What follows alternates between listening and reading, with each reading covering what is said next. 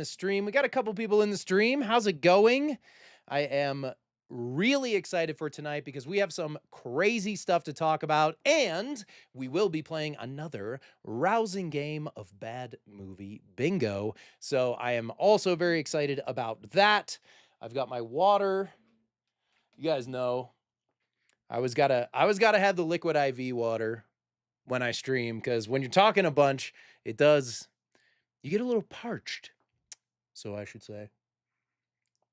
Mm, liquid IV, let's go. All right. So, how is everyone doing? I'm going to give everybody a couple minutes to just jump in here. Let's see how everyone is doing. I am actually really excited for tonight's stream because tonight is going to be kind of an interesting one. We're going to jump into some topics that maybe you wouldn't think. I was surprised, especially being that some of these some of these things that are happening. Uh, I don't know, man. A couple weeks ago, we talked about Pokemon scalpers, so we are going to catch up with the Pokemon community a little bit tonight. But man, holy crap! There's some crazy stuff going on. Um, Oh, nice. You're doing great. I'm so happy and glad that you are here. And this is exciting. So let's do it. Let's jump into some current events, some breaking news, baby. Uh, a lot of people have been talking about this. So I need to throw my 2 cents in. I don't need to, but I'm going to. Uh, Bricks and Minifigs, the gentle giant of Lego, well, not so gentle giant, I should say, has created a situation. And let me tell you, this Lego scam situation is insane. We need to talk about it. So in 2023, there was a deal made between a local Bricks and Minifigs and a private citizen who had amassed a giant sealed collection of Star Wars Legos that was valued, in their estimate, around $200,000. Well, the guys that amassed that collection, one of them was a father, the other one was the son. The father started having health problems, and so they went to their local Bricks and Minifigs, which was in Oregon, and they decided to do a consignment with that store. And in that consignment, the store would take their inventory, sell it, and then, yeah, it would be, a good deal for both parties. However, uh, that's not what happened. And we're finding out every day. I've been following this story for several days now, and every single day, something new that's absolutely out of pocket and insane happens in this story. This story has had so many developments. I I feel like it's a freaking housing project. It is so insane. This is insane. So the guy's name was Brian Mansell, and he's actually on YouTube. I believe his channel is like Collectors Weekly or Collecting Weekly, something like that. Um, Solid content. Salem, Oregon. Hey, my father's having health problems, so I need to take this giant Lego. I need to take this giant Lego collection and do something with it. We need to get paid for it. Medical bills, whatever the case may be. What happened was the owners of the store, the Gormans, who entered into this deal with the Mansells, uh, they got another offer about a year later to get a job overseas. When they announced to BAM or Bricks and Minifigs Corporate that they were thinking about taking this job, Bricks and Minifigs Corporate came in to their store and essentially seized everything. They seized all their assets, they seized everything. They took it all, including the consigned collection that they had a deal with Brian Mansell to sell. Also, as an aside, it is hilarious that his last name is Mansell and they're trying to Mansell Legos. Anyway, I digress. Uh, yeah, essentially what happened was they seized everything, which is pretty normal in these types of things. I mean, if a franchisee of, say, a GameStop or a Subway or whatever doesn't want to do it anymore, they want to sell it. Well, corporate's going to come in and they're going to take their signage, they're going to take some of their assets, they're going to take, whatever they, aren't going to keep in terms of like the things you would need to conduct everyday business. They're not going to keep that stuff. They're going to give that back to corporate. And so corporate comes in, seizes their assets, and where it's not normal is that the consignment deal with Brian Mansell, uh,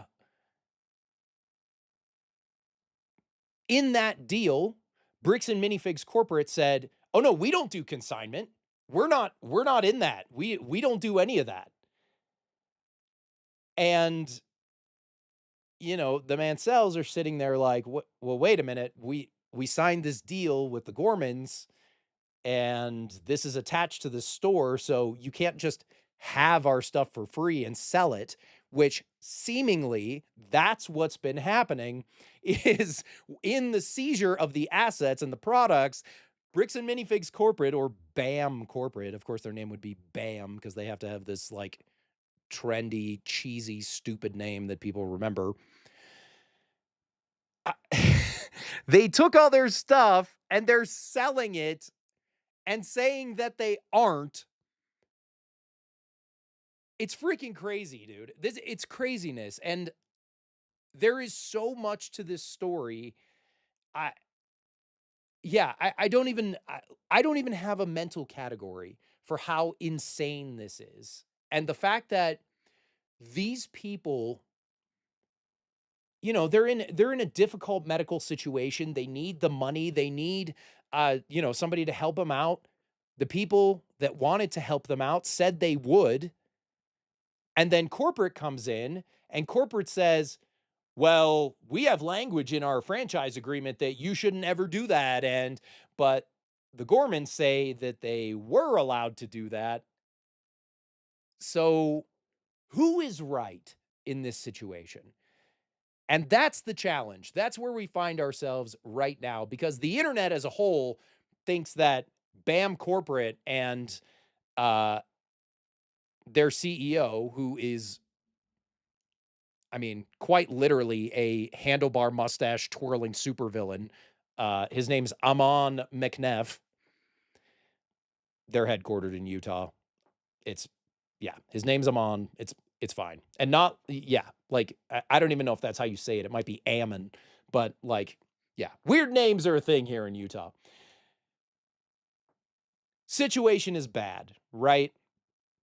It's definitely some form of injustice. If nothing else, corporate taking that inventory and just keeping it as their own when the Mansells haven't been paid for that. Uh, yeah, that's freaking thievery, bro. That's straight up stealing. But corporate doesn't care, and they keep putting out statements that say we didn't take anything. In fact, when we looked there, we saw like maybe 2 grand worth of product and that looked like it might be theirs. Well, that doesn't really sound like doing your due diligence to me. Doesn't sound like doing the due diligence. At least to me. That's my opinion, right? But let's take a look at this, right?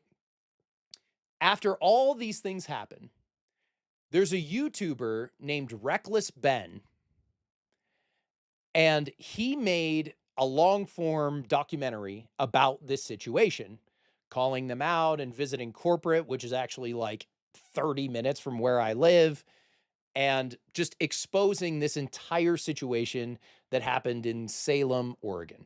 Okay. He he starts trying to confront them, sending them emails, setting up meetings, and the corporate I mean, the internet backlash is justified, right? This is definitely an unjust situation. Somebody's getting screwed here, and it's not the big corporation, bam. So the internet is essentially lighting a fire under these people and asking them, what are you doing? And Reckless Ben, in his video, goes after them, right? Nick Shirley fraud style, questioning them and all that kind of stuff. And corporate just keeps sending emails and responses that are like, it's not just, yeah, we made a mistake or we'll look into it. It's, we never did this. They're saying we never did this. We never stole from anybody, even though there are documented cases of other YouTubers going into like a Bricks and Minifigs location, for example. And yes, I know that's not necessarily a reflection of corporate because they're all franchised, but like, I just watched a video of a guy that brought in his $1,000 Lego minifigure and they were like, yeah, we'll give you a couple bucks for it. I'm exaggerating slightly, but like, that's what happened. And it's like, okay, wait a minute. So this is the pawn shop model, right? Where you're desperate, sell me your stuff. I'm going to mark it up as high as I can for people to reasonably spend the money to buy it. But we're not going to give you a fair deal or fair trade. That's fine. That's what we've come to expect, right? GameStop operates like that. Best Buy trade-in operates like that. Even, my goodness, even like Apple trade-in, right? It all works like that. It all works to get maximum profit. So I'm not surprised that Bricks and Minifigs is the same way. However, here's a video from the Gormans themselves.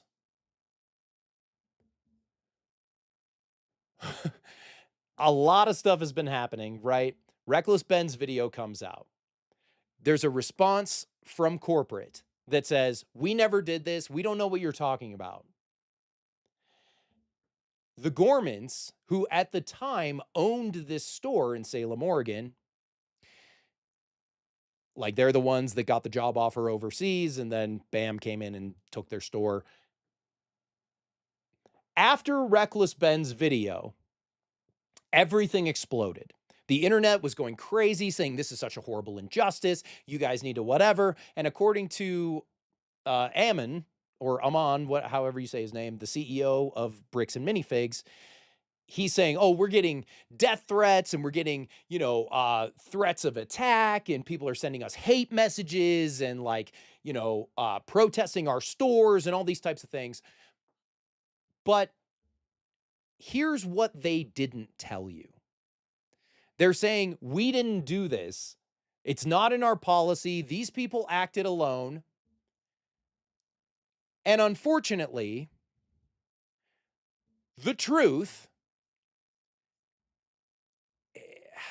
I'm sure the truth is somewhere in the middle, but I want you guys to watch this video because this video, let's just watch it. The giant collection inside the store, which was owned by Brian Mansell's father, was taken by Bricks and Minifigs. And then Reckless Ben made a great documentary about it, and it has blown up. I know you wish you'd done your makeup before that clip that's in the video, but I think you look great. And look, you even get a little Lego version of yourself. That's a little unfair. I'm just blurry in the background. Now it's going nuts across a whole bunch of social media platforms. We want to clear up some common misconceptions and add some details. And yes, it gets even crazier. We will save the craziest detail for the end. First of all, I am not Amanda. I'm Crystal, also go by Chris. I'm Benjamin, not Reckless Ben, the YouTube documentarian. I'm Benjamin Gorman, the novelist. We co-owned the franchise. Also, thanks, Ben, for that subtle plug of your books. Everyone's going to run out to Amazon and buy them on their Kindle. Anyway, also... managed the store. Those eye piercings. Wild. No offense. Not trying to make fun of anybody. Not trying to make fun of anybody. Those eye piercings. Wild. Anyway, let's keep going. We purchased the franchise in February of 2023. Look at him. He looks like a At little first, devil. He everything looks seemed like to be the little going really devil on your well. There were shoulder. problems It's funny. right from the beginning, ways that BAM was not in compliance with their own franchise agreement, but the store was doing well. I loved my customers, and it seemed like everything was going to work out fine. Then we decided to move overseas because of my work. I'm a publisher at a small press, not a pipe publishing, and we thought we might need to be publishing from outside the US for political reasons. When we approached BAM about selling the store, they pretended to be open to the idea, though they would later admit they had been planning this. A guy named Brandon Best showed up on a Thursday night and demanded the keys. They threatened us with the police and promised to do an inventory and compensate us. They said they understood there was a large collection on consignment and acknowledged they were taking that over.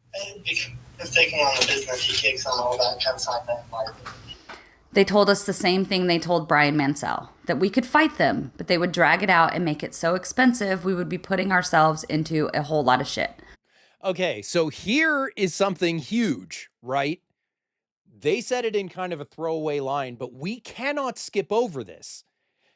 A representative from corporate is on security camera, on a ring camera, saying very clearly, I mean, it's not even like they minced words and it's like, well, I guess I can interpret it as this. No, dude, no. He said, as a representative from BAM Corporate, which the Snidely Whiplash freaking CEO is saying, never happened. This is not real. Everyone is lying. Everyone is evil except for us. So keep buying our Legos at a 500% markup because we're the good guys. Corporate America is always the good guys. They came in and they said, we will accept this liability. What is the question here? What are you refuting? This is why we need everyone in every circumstance to tell their sides of the story. I watch a lot of police body cam and stuff like that. I find it entertaining. Usually it's like drunk people who don't want to follow the law and it's just funny. But in those cases, you have to hear every side of the story to make sure that you have a full picture. And in this case, if these people never came out and said anything, whoa, that corporate bombshell that, what's his name? Kai Cenat, what's his name? Kai McAllister. It's spelled Key, like friggin' Dragon Ball Z energy or something. He says he's taking on the business. He takes all that consignment liability. Let's keep going. They told us the same thing they told Brian Mansell, that we could fight them, but they would drag it out and make it so expensive we would be putting ourselves into a whole lot of shit. Their words. Here's their executive product manager and director of operations, Kai McAllister, on the phone with us the night they took the store. If we go the legal route, it's going to be a very expensive battle for you, and it's not going to be a good position for you guys to get into. There's not a whole lot of options for you. If you want to go the legal route, it's just going to be a mess, and it's going to be expensive for you. Yeah, so why not consider talking with us rather than leaping to this? We jumped on the call with Crystal this morning. And you talked with her or you talked at her? We talked at her. If you fight this, then you're putting yourself into a whole lot of shit. It sounds like a threat, and I can acknowledge you feeling that because in a way it is. Wow, I literally can hear this guy being satisfied with himself. Like, I swear to you, I heard an evil smirk come through the phone when he said, yeah, you're right to be afraid of that because we are just going to draw it out so you're bankrupt and we're going to destroy you because we have a better legal team than you. It's like, screw you, man. Seriously? You said this thing and now you're going to say that you didn't say it? When it's on recording, But your legal team is so good that not only it literally doesn't matter if they lose in court. It does not matter because their legal team is so good that they will just draw it out and bankrupt everybody, and then you'll be screwed. Way worse. Way worse. You'll be in a way worse spot than you would have if you didn't fight it.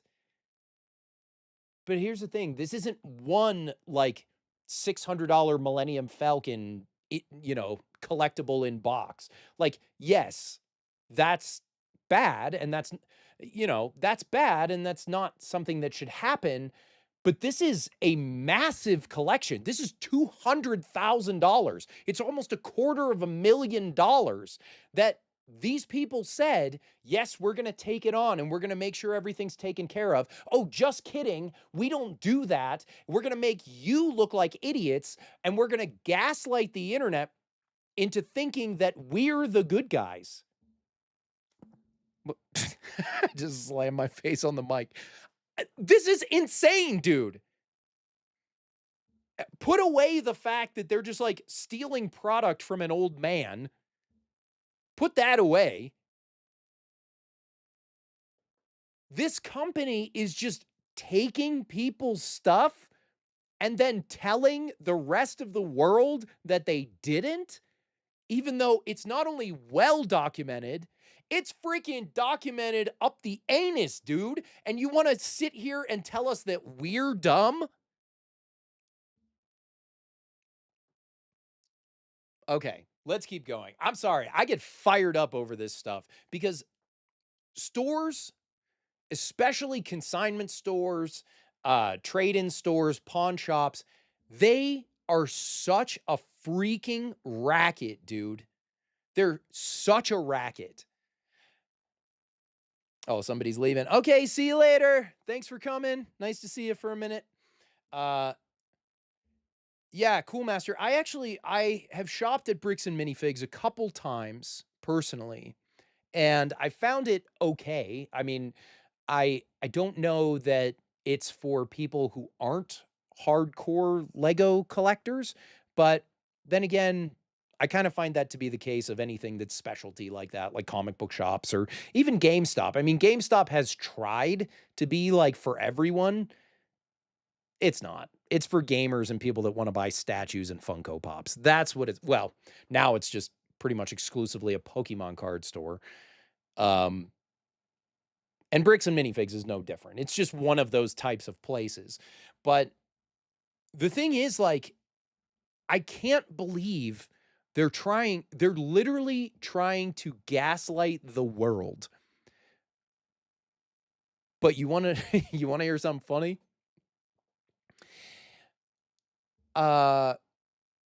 You think Kai McAllister still works there? I don't know. I don't know. I mean, that's not part of the story. I haven't heard anything about that. But yeah, this is kind of a big mistake, dude. I mean, we have no choice, correct? Yes. Notice, that's not some franchisee. That's corporate. They want to pretend they're not involved, but they have been involved every step of the way. Of course, this was a nightmare. We were about to move and now had our life savings taken from us. We still tried, but this loss made the relocation untenable. Eventually, we were able to find a lawyer to represent us in Utah, where BAM is headquartered. Now, there's a little more to this story, I suspect, than what they're sharing. They were going to move, but because their store was seized, they didn't. So I get the impression that, like, they were trying to use the inventory they had and then sell all that inventory and take the money to move. Maybe that was their goal. I'm not sure. Some of that is, that's just speculation at this point because they don't say that. But I do find it interesting. And I'm in this story, talking about this story, I may play devil's advocate a couple times. Oh my gosh, I can't even talk. I'm really fired up over this, you guys.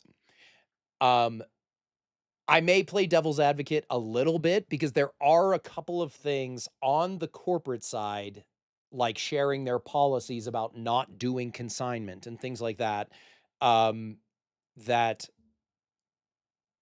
I kind of find interesting in a way that, like, did they actually go outside of the corporate guidelines? There's conflicting information on both sides, but the evidence points a little bit that they did go outside of guidelines. And I do find it a little bit strange that because their store was seized, they then couldn't move after they got this job offer. Usually jobs will like relocate you and stuff if they're overseas. So I don't know. I find that interesting and kind of strange, but let's keep going. We tried to negotiate with BAM. Just as they threatened, they dragged everything out and refused to even offer a settlement. They've tried arguments that are so contradictory. They make no sense when put together. Well, yeah, they're definitely reading it. Cool Master, I absolutely agree. They're definitely reading it for sure. Claim they own the store so they can take it, and also that they never owned the store in between taking it from us and selling it to Brandon Best and Josh Johnson. Okay, well that's another issue is I think at the end of the day, if this just happened and Bricks and Minifigs was like, yeah, we did this. I know it's like weird, but that's our policy. And, you know, we gave them back their stuff. No one would be talking about this. But Bricks and Minifigs is shooting themselves in the face because they're literally just saying, we never did anything wrong when we know they did. And they're straight up just gaslighting everyone, saying, we never did it. This thing that you just saw on security camera, it didn't happen.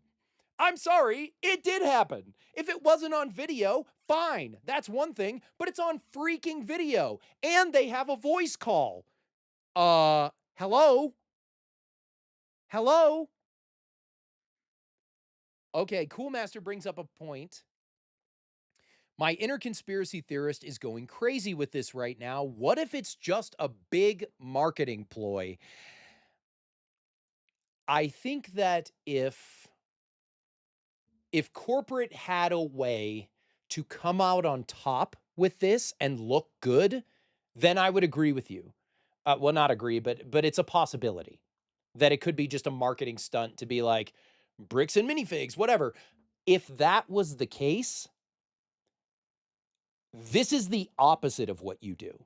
What you do is say, not only are we going to give you your products back, but we're going to give you $200,000 just for the medical expenses because you're a great customer, you're a YouTuber, we know you have the connections to, you know, I don't know if Reckless Ben heard it or if they talked with him. Like, now we can get our name out there and we'll pay all your medical expenses and give you the products back. That's what you do.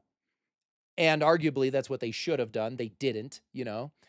Yo, what's up, Brighton and Jade and Crazy Killzone? What is up? Nice to see you guys. That's what you do when you're trying to do a good marketing plan. If you're trying to do a bad marketing plan, you do something to light the internet on fire like they're doing, and then say you didn't do it. Like, I just don't freaking understand. How are they saying they didn't do what we just watched them do? Anyway, let's keep going. Oh, Bri, you're looking cute. Anyway, let's keep going. It can't be both. They claim in their newest public statement that it's all our fault they took Brian Mansell's father's collection because they don't allow consignments.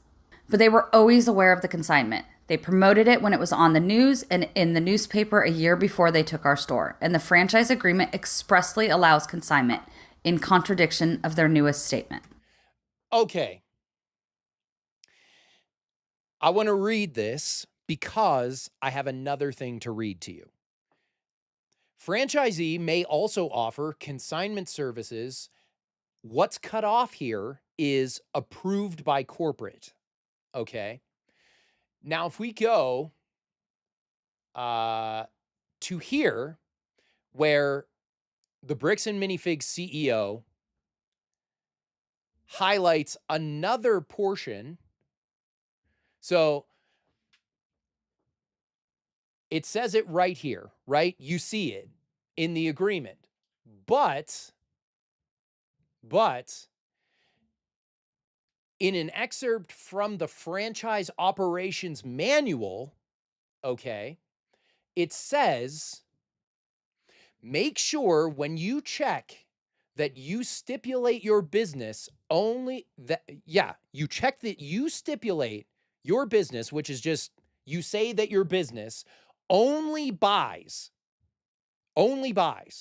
We do not lend, loan, consign, or pawn on any product that comes in.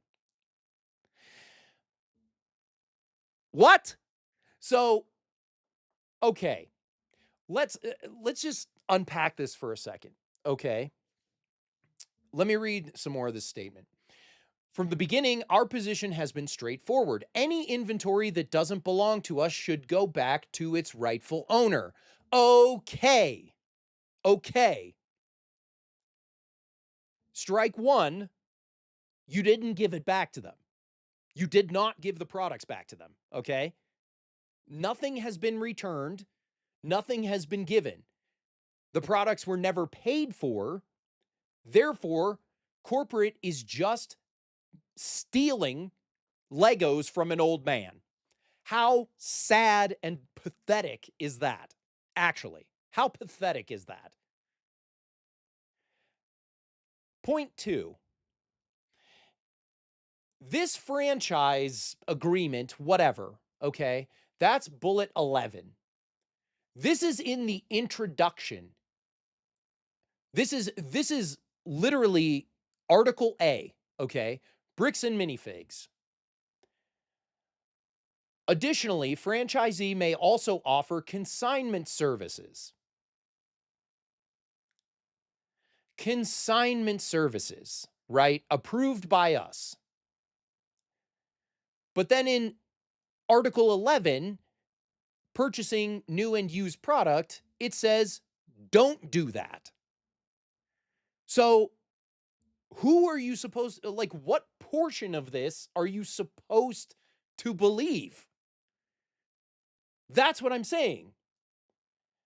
And the problem, and the reason that Bricks and Minifigs Corporate is getting in so much deep crap right now is because, yes, this is conflicting and whatever, and, you know, both parties might have a leg to stand on. But the fact of the matter is, down here, the official statement is any inventory that doesn't belong to us should go back to its rightful owner. Okay, there's a confusion. We can clear that up, right? We can clear that up. There's confusion. Oh, this franchisee, the Gormans, they were confused. They didn't know what they were doing. So they just did a consignment because one portion of this, and they have an old manual or something, one portion of this says they can. Okay, that's fine. They have an outdated franchisee manual. This is from 2023. Okay. But even if your updated manual says you can't do this, right? Even if it says you can't do this, if you do it, corporate should send the stuff back, right? And this was the point of Reckless Ben in his YouTube video, right? If I end up making a long form video about this situation, I'll show and react to some of the video from his video, but his video, both of his videos together are like 2.5 hours long, so we're not going to watch those. But that was Ben's point, is why are you hoarding this stuff that everybody else knows should go back to the rightful owner? They're just lying about it and saying, wait a minute, $200,000? No, this isn't $200,000 worth of product. It's like $2,000. Now, I understand, right? I understand you go on eBay, you have like a really rare Pokemon card, right? And you're like, oh, what is this worth? And then a listing says $100. Well, you're happy with that. So then you list the Pokemon card for $100, not knowing that an actual human being would pay $20 for it. Okay, you didn't know. The discrepancy between $2,000 and $200,000? What? Was there a freaking gold-plated human being in the bag with it? Like, what are you talking about? That's the kind of discrepancy that makes absolutely no sense. There would have to be a literal, like, giant ruby in the bag with the products to make that discrepancy make sense, and it just doesn't. It just doesn't. Okay, Brighton is saying that the Lego thing, yeah, the Lego thing's crazy. Yeah, episode 2, and this is where the story gets really crazy. Reckless Ben made this, right? Then corporate sent the responses to him that were like, yeah, we never did this. You don't know what you're talking about. You're just a scam artist. You're trying to mess with us. During his investigation, Ben he didn't just have the police called on him. He was actually jailed here in Utah. He was picked up and jailed for trying to blow the whistle on this situation. Now, you tell me, okay, you tell me, and maybe they said it was harassment or whatever. Oh, the voice is a little faster than the video. Yeah, we always have some kind of like weird delay things. I'm trying to figure it out.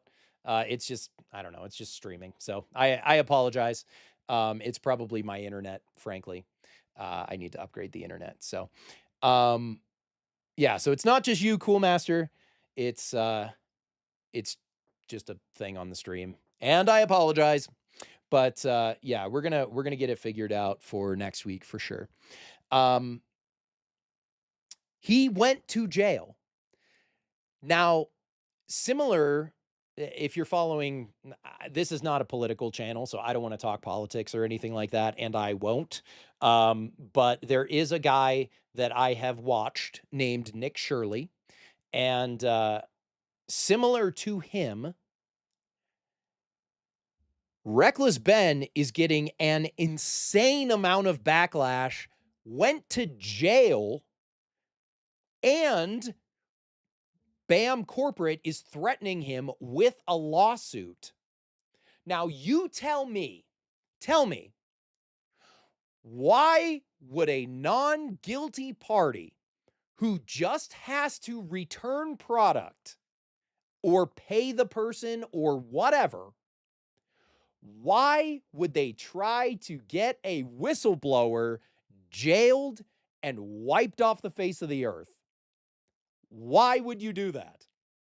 Especially if it was a marketing ploy. Wouldn't happen, right? It wouldn't happen. If anything, you would welcome the press and say, thank you for bringing this to our attention. We're going to give them $200,000 as a sign of good faith.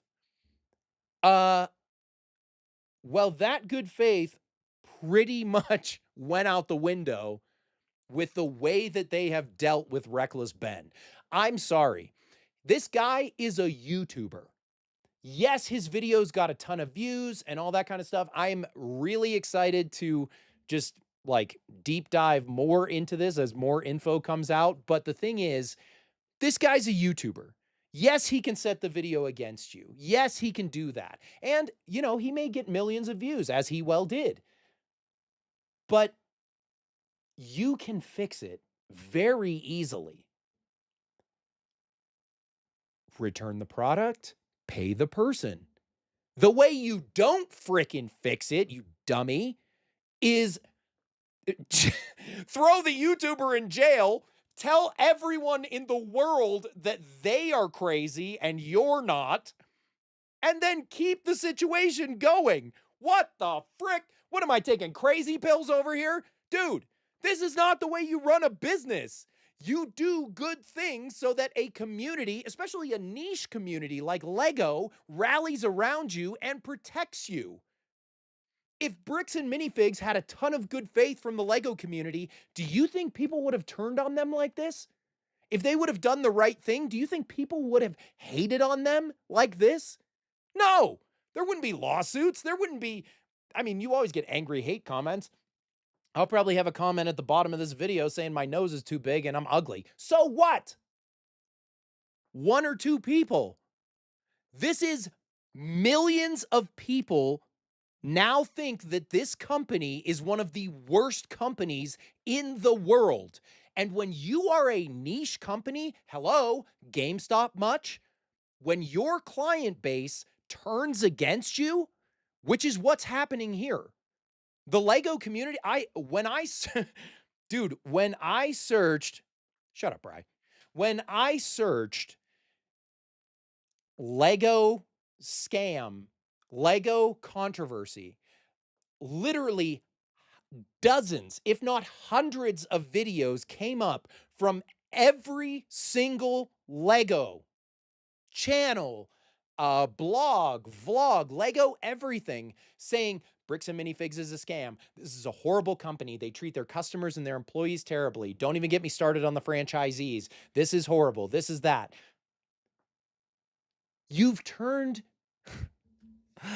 Oh, it reminds me of that scene in Star Wars where if Bricks and Minifigs is Anakin and Reckless Ben is Obi-Wan, Bricks and Minifigs turns to Ben and says, "You've turned them against me. You've done that yourself." That's literally the situation we're living in, dude. That is the situation we're living in. Like, what's his name? Amon McKenvey or whatever, the CEO. What's his name? Let me see. Amon. Where's his name? It's up here. Ugh. Amon McKenvey, I think is his name. Let me see. No, Amon McNeff is his name. Okay. This guy, dude, this guy is gaslighting every single person that is aware of this situation. Insanity, bro. Insanity. Crazy Killzone and Cole said they be scammers. What else can you think from this situation? All right, let's finish the Gorman's video. Huh. Fired up, bro. Friday Night Live. We're going hard on it, bro. We're going hard on it. This Lego thing, it just drives me crazy, dude, because I remember taking my games to GameStop or my movies to FYE when you could trade them into FYE. I don't know if you still can do that, but I remember trading in hundreds, if not thousands of dollars for products for pennies on the dollar. And I would even ask for store credit because there was stuff that I wanted to get with my former DVDs. And there are things that I regret trading in. One of my favorite shows of all time was called The Brack Show, and I had a Brack Show DVD signed by the voice of Dad and Space Ghost and the voice of Zorak. And I traded it in. What was I doing? I don't know. I was like 20. I needed money. Isn't it funny when it's sunny? Anyway, like, and you would get $1, right? You'd get 50 cents for this thing that you cherished. And now what? They're going to turn around and resell it for $30? It's bullcrap, dude. That's why personally I get really fired up over these things because I have had this experience many times. You trade something in and then you get pennies for it. These people aren't even getting pennies for it. They're taking it a step further as if you're like walking into Mordor. They're saying they didn't even do that and just straight up gaslighting you. It's insane, dude. I want to finish this video. And we've since learned they were saying all kinds of crazy things about Chris behind her back, both to customers and to employees, which are slanderous, to try to blame this on her. And once they even tried to say we never owned the store in the first place, which would mean all their claims that it's the previous owner's fault would be lies. And I guess that you were unpaid labor for 2 years? So yes, we are suing them. And yes, they are trying to make it so expensive, we'll have to give up. If you fight this, then you're putting yourself into a whole lot of shit. We believe the best way to get Brian compensated is to win our lawsuit and include the full value of his collection in the damages so that he can then be compensated. So if you want to help Brian get paid for his collection and help us, And hold these horrible people accountable. please donate to our GoFundMe so that we can afford to fight them to the bitter end. And if you- There it is. I understand it, though. I understand it. Yes, Cool Master. I actually am going to jump back into Battlefront 2. I love that game, but I took a long break from it to play Destiny 2. And as we talked about last week, Destiny 2 is now ending. So I probably will jump back into Battlefront 2. I really like that one a lot. And I don't think I ever finished the story. So these people have a GoFundMe. They're trying to do something resembling the right thing. I'm sure it's somewhat self-serving, this GoFundMe and all of these things, but at least they're trying to get Brian compensated, which should help just with everything. I mean, I don't know, man. You look at situations like this and it's just, what do you do, right? What do you do when corporate America just chooses that you're not worthy of respect? When corporate America says, we are going to choose you as our scapegoat for something wrong that we did and our bad business practices, so shut up, take it, don't try to legally fight us or we will bankrupt you also, and just deal with it. And you know what? That seems like what we have here. Now, I'm really interested in watching the full documentary that Reckless Ben put together. Maybe I'll talk more about it in a long form video. I think that would be a lot of fun, but let me know in the comments what you think about this. And I think that's pretty much it for their video. We can finish it out here. can't afford to donate, we get that.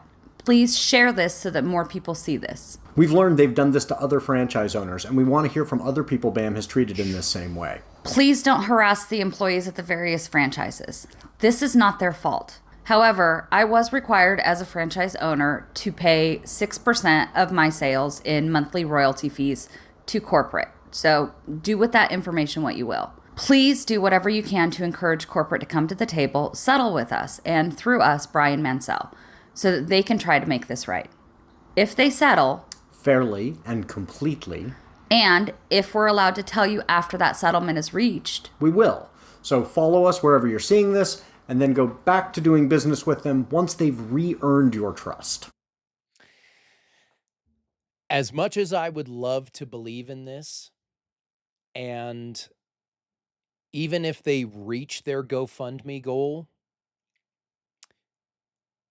well, one, I almost wonder if they reach their GoFundMe goal, I wonder if corporate Bricks and Minifigs is going to say that that was money that they raised to slander them, and somehow that money was gained illegally or something like that, some sort of legal loophole.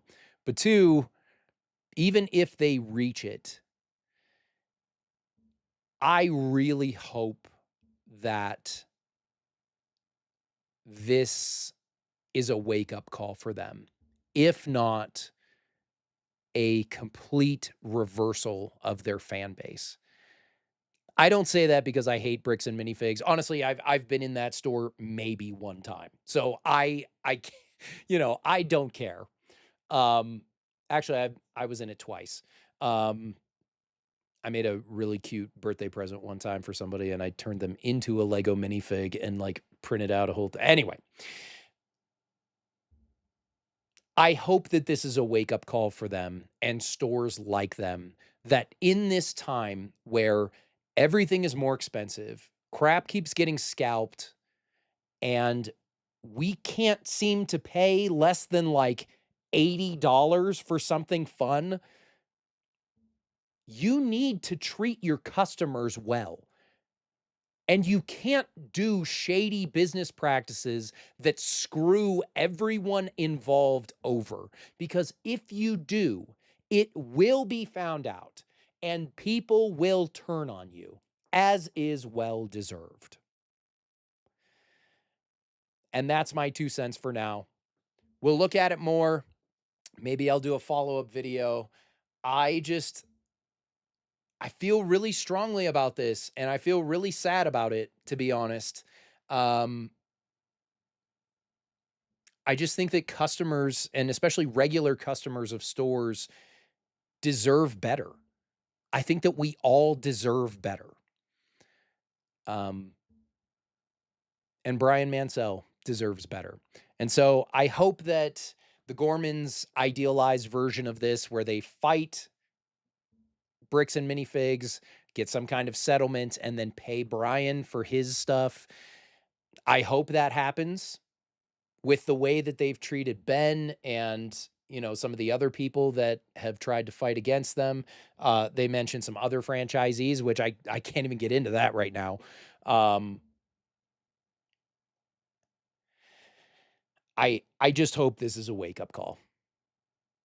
And I hope that something is done. But anyway, let's continue with our Friday Night Live. Let me know what you guys think about this Lego scam situation. Bricks and Minifigs. Come on, guys. What the frick? Anyway, all right. We are going to take a little jump from current events, and we're going to do a new segment on the stream that I like to call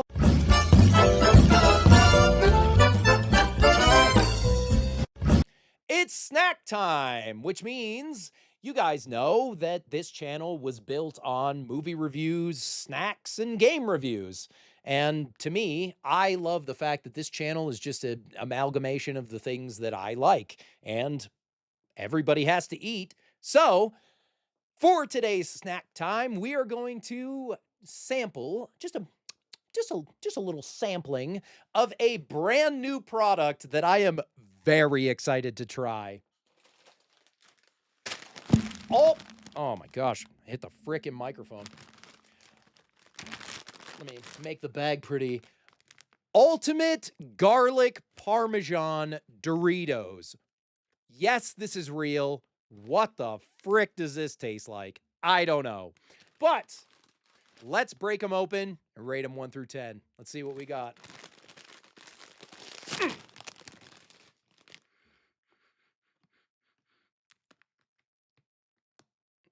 They smell like peanut butter M&Ms for some reason.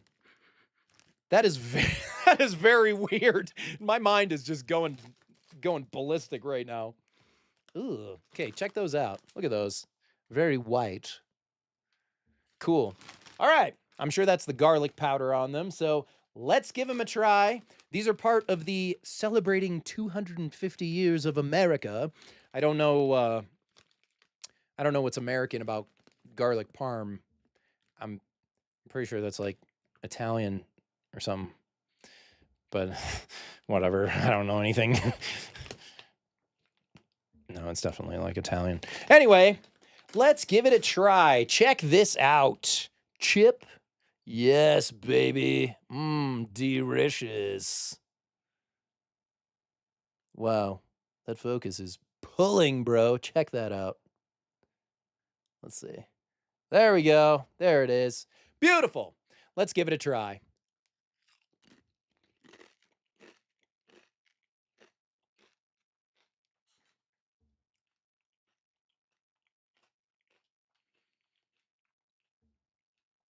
Okay.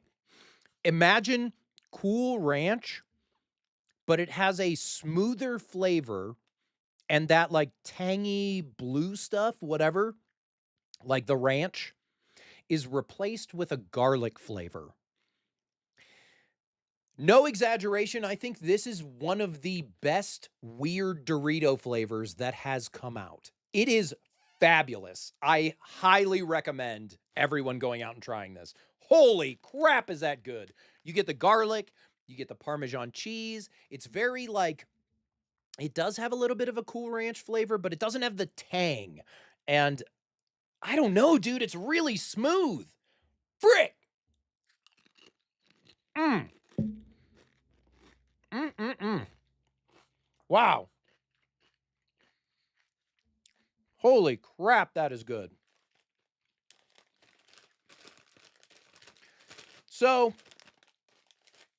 final rating from a snack aficionado. Ultimate Garlic Parmesan Doritos. I'm going to give them a 9 out of 10. I will finish this bag.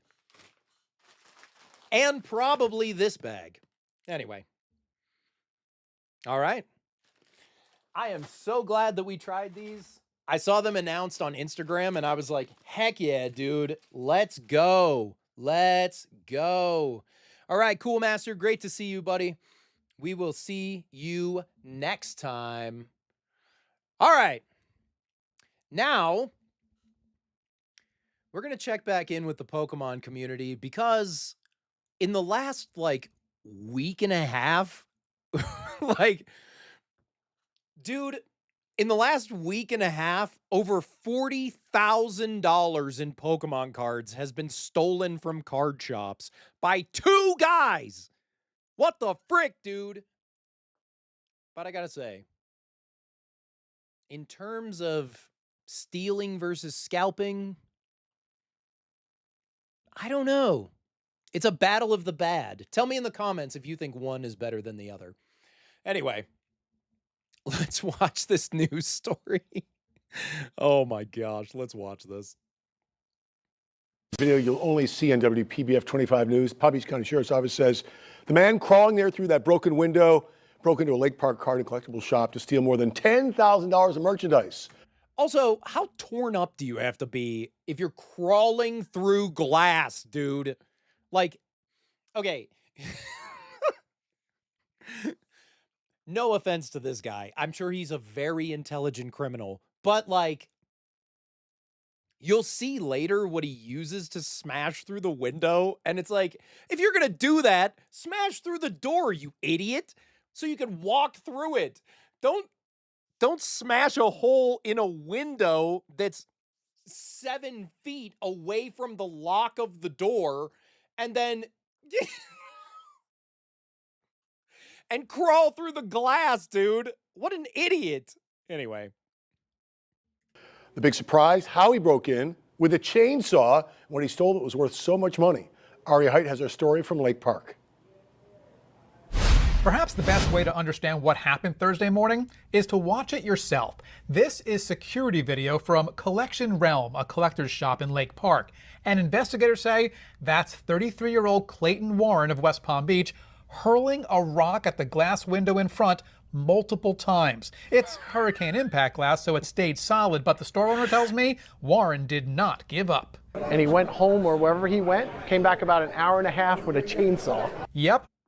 I'm sorry. I'm not laughing because it's funny. It's just like, these are the people, dude. This is the caliber of person that would break into a card shop and steal Pokemon cards. Not only that, okay? Not only that, but you go on eBay, okay? And then you see, oh, Butt Blaster 97 is selling the exact same cards that we're missing in a total of $12,000. Like, a chainsaw, and there's video of that too. Warren has more success here and is eventually able to carve out a hole in the glass. okay, dude, he probably had to go and buy that chainsaw. He was like, oh, rock no work. Me need get chainsaw.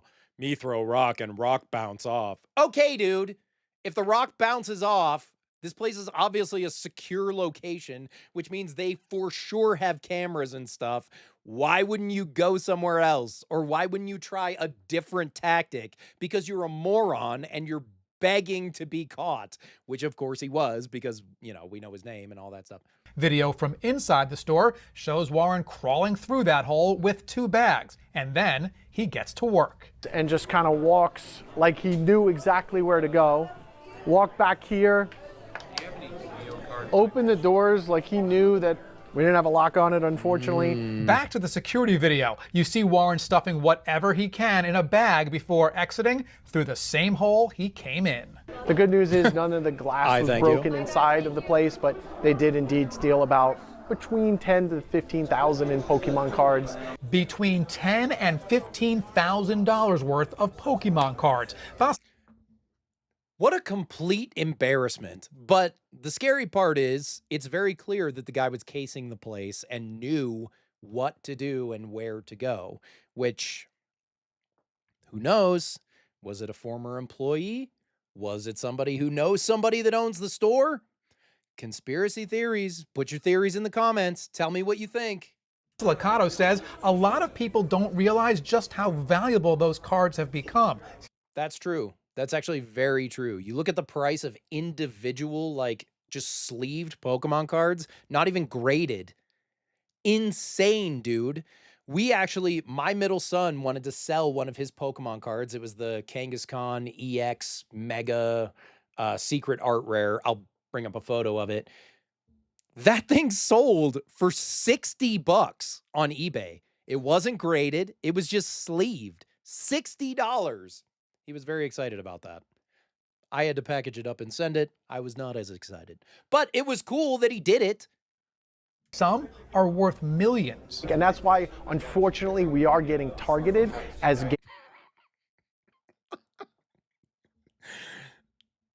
I'm not going to lie. The guy throwing the rock and it bouncing off is very funny to me. I don't know. I don't know. It's just like, then he comes back with a chainsaw. He didn't come back with a sledgehammer. He didn't come back with a pick. He didn't come back with like a window breaking tool. He came back with a chainsaw.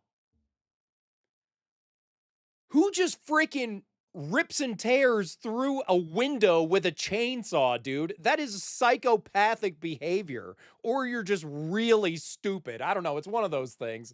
What the frick? What is wrong with this guy? Idiot. As trading card game stores, kind of like a jewelry store, because they know we have valuable inventory in the store.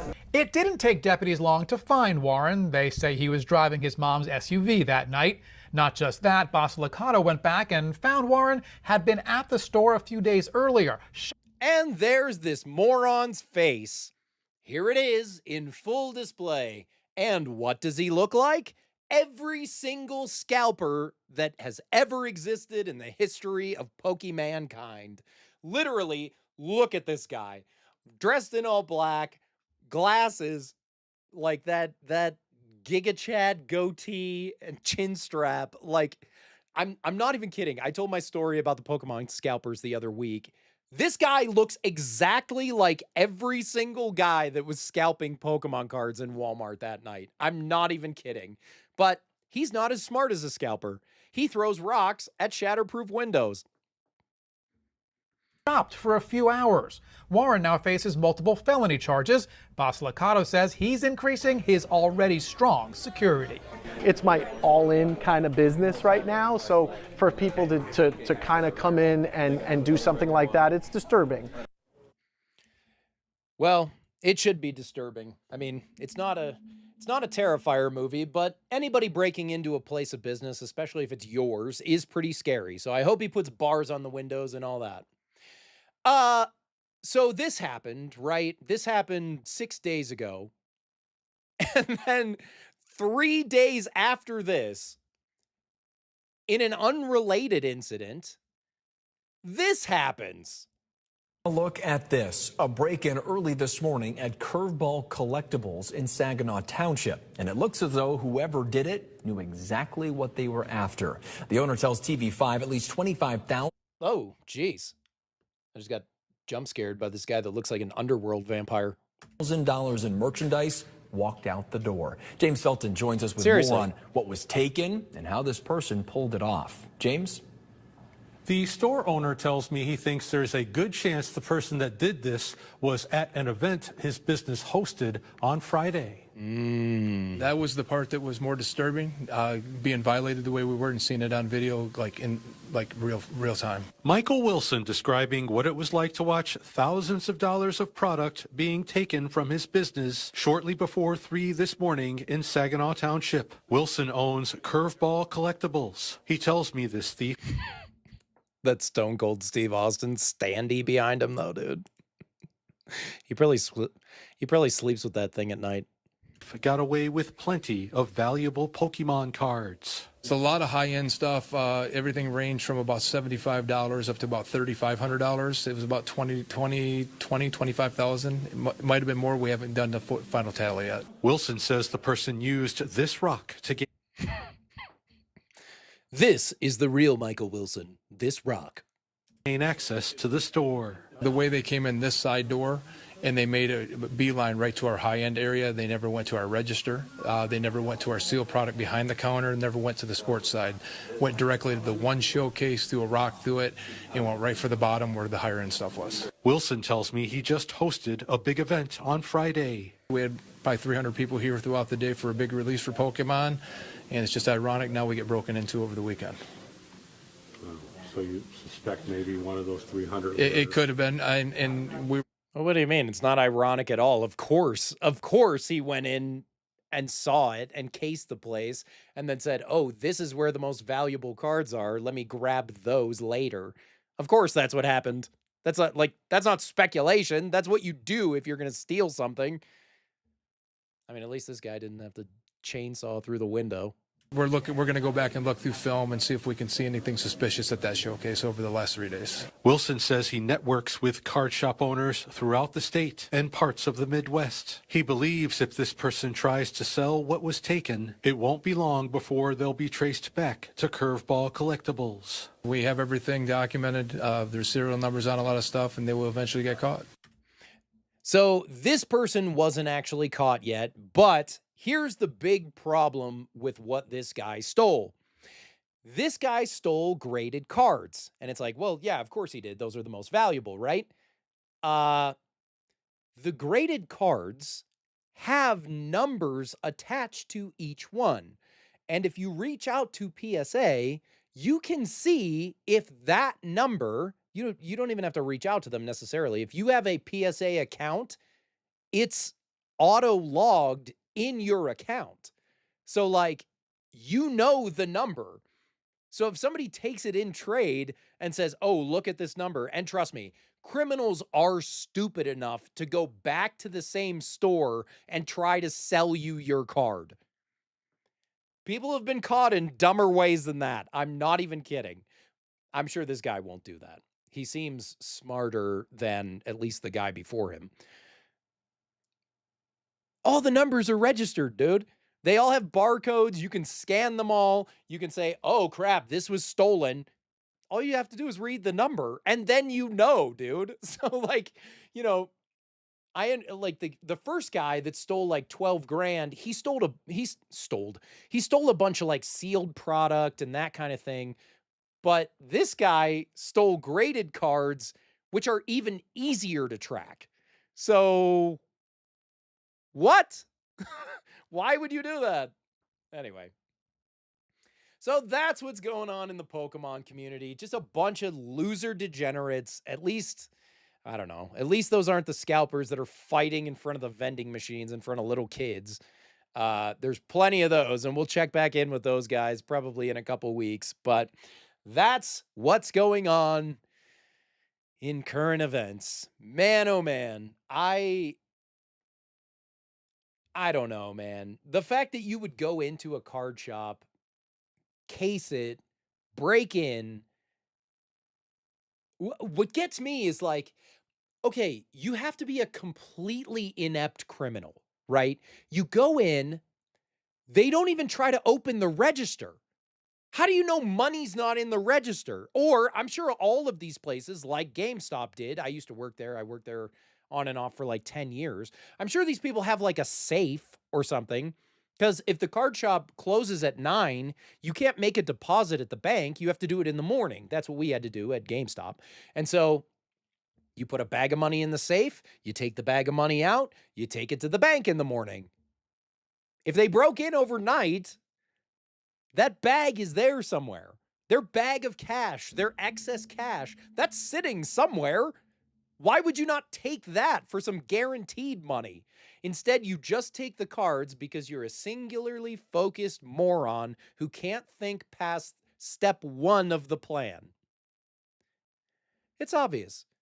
If you break into a card store to steal Pokemon cards, you clearly have not thought past step 1, which is acquiring the cards. You have not thought about, oh, how am I going to sell these? How do I get the money from these? Why am I just taking shiny cardboard from a store that's made for children? Why am I doing that? I don't know. Because you're an idiot. That has to be the only explanation. Anyway, all right, my friends. It is now about that time. We went through some current events, and now it's time to play some...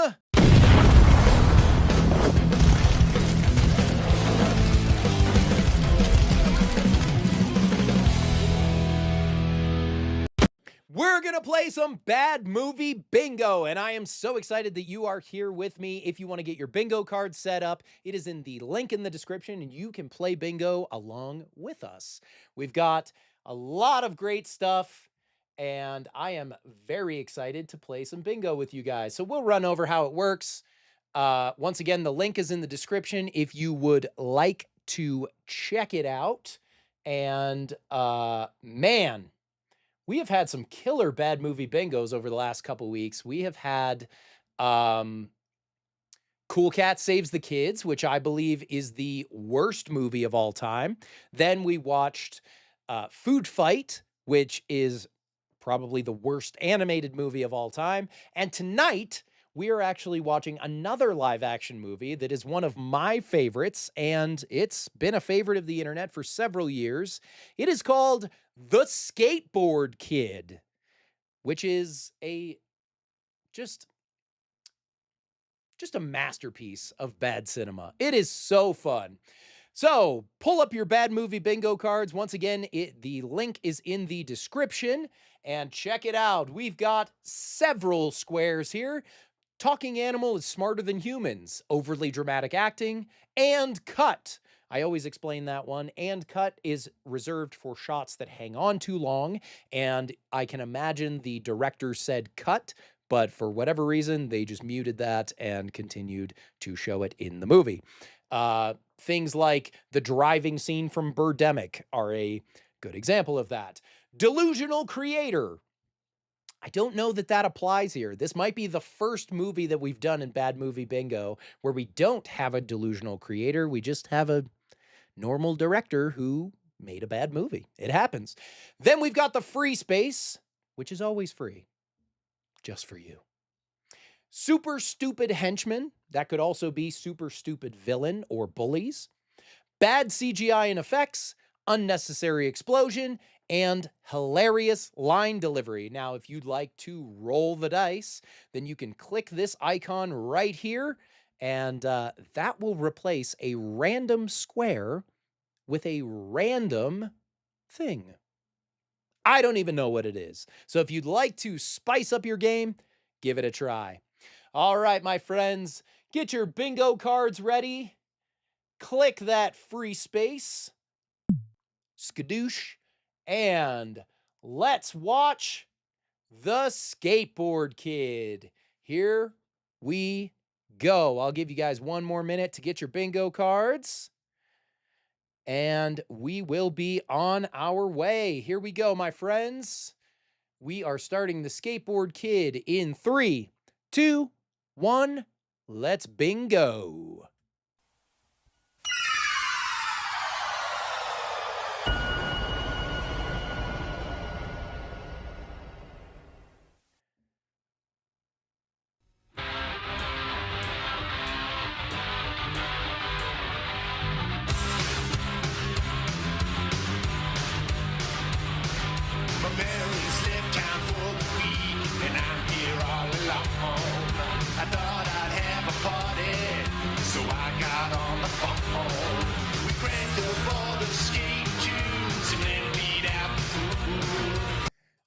Once again, I desperately need a square that just says original music, because so many of these bad movies just have horrible original music. Hilarious, dude. Also, does this have to be the longest title sequence in the history of mankind?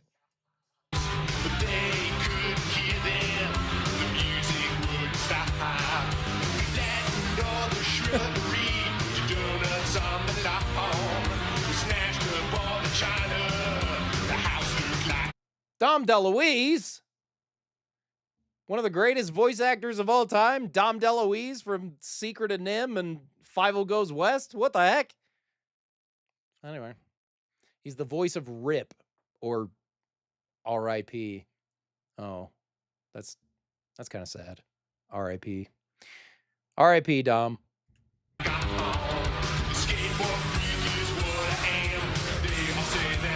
Cliff. Can't forget Cliff.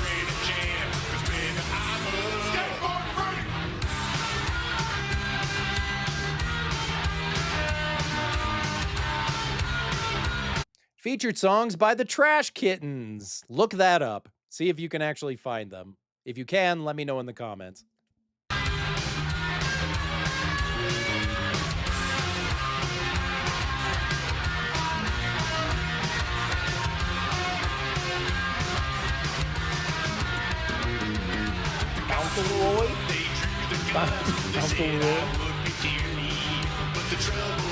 I'm telling you, this is the longest title sequence in the history of cinema.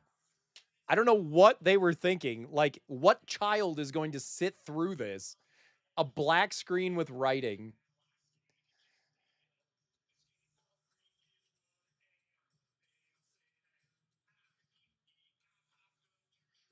They all say that you're a geek? All right, Larry. Let's see what you made. Whoa, power!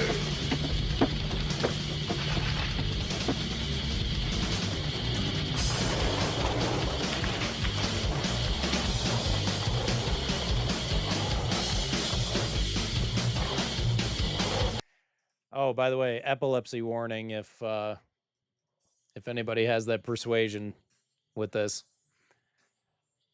I get the feeling that Larry Swerdlove just did skateboard videos and maybe music videos, but very bad music videos prior to this. I just get that feeling. Let's rip. Oh, he said rip. Maybe we're going to see Dom DeLuise.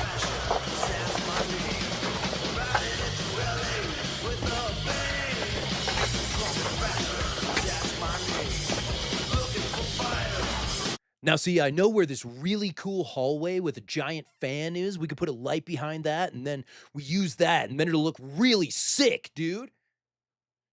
Let's rip!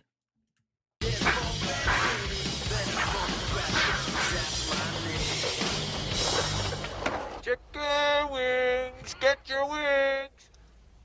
Come and get 'em. Chicken wings, tasty little chicken wings. Mama's little baby loves chicken wings. Mama them little chicken wings. Get 'em before they fly away. Who eats a who eats a chicken leg like that? You just He's not actually eating it. He's just been like sucking on it for an hour. Hey, you got to get your lunch break kick somehow. Chicken wings, come and get 'em. Chicken wings. Hey, how you living, chicken boy?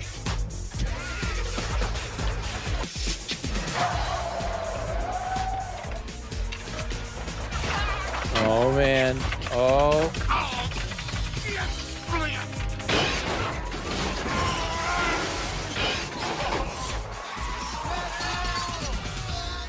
Okay, so those kids should like immediately be arrested, dude. Like that is insane. They made him roll that thing over his car and destroy the back windshield? But you're never gonna follow up on this. Like, they're never gonna show that again. It's just like, haha, that was funny. This is fine. Boys will be boys. They'll just prank the police and steal a guy's, I don't want to say chicken head. Anyway, never mind.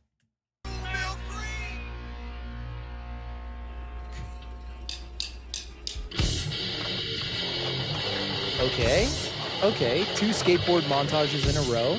2 skateboard montages in a row. Let's go. But this one has airplanes.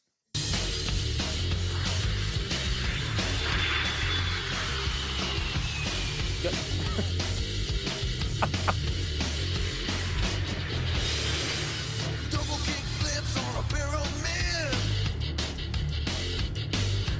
Copping on my board instead of grin. Doing 90 miles an hour on a downhill slope. Locals in the park at the park place though. These kids aren't even good. Like, they're not even good at skateboarding. But it's funny, like, this is the most skateboarding movie ever. Like, this song is just saying skateboarder and talking about skateboarding tricks. That's the entire lyric of this song.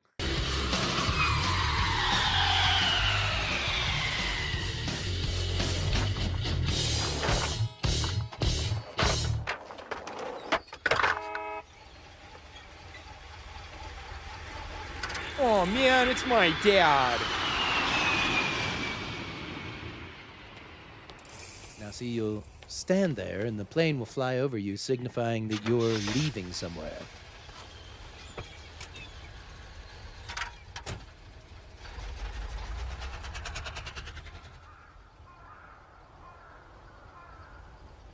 It's gonna be great. Mill Creek, new life, clean air, wholesome small town values. Whoa! Holy crap, he almost hit that You kid. say, Dad. Was that 22 we passed back there?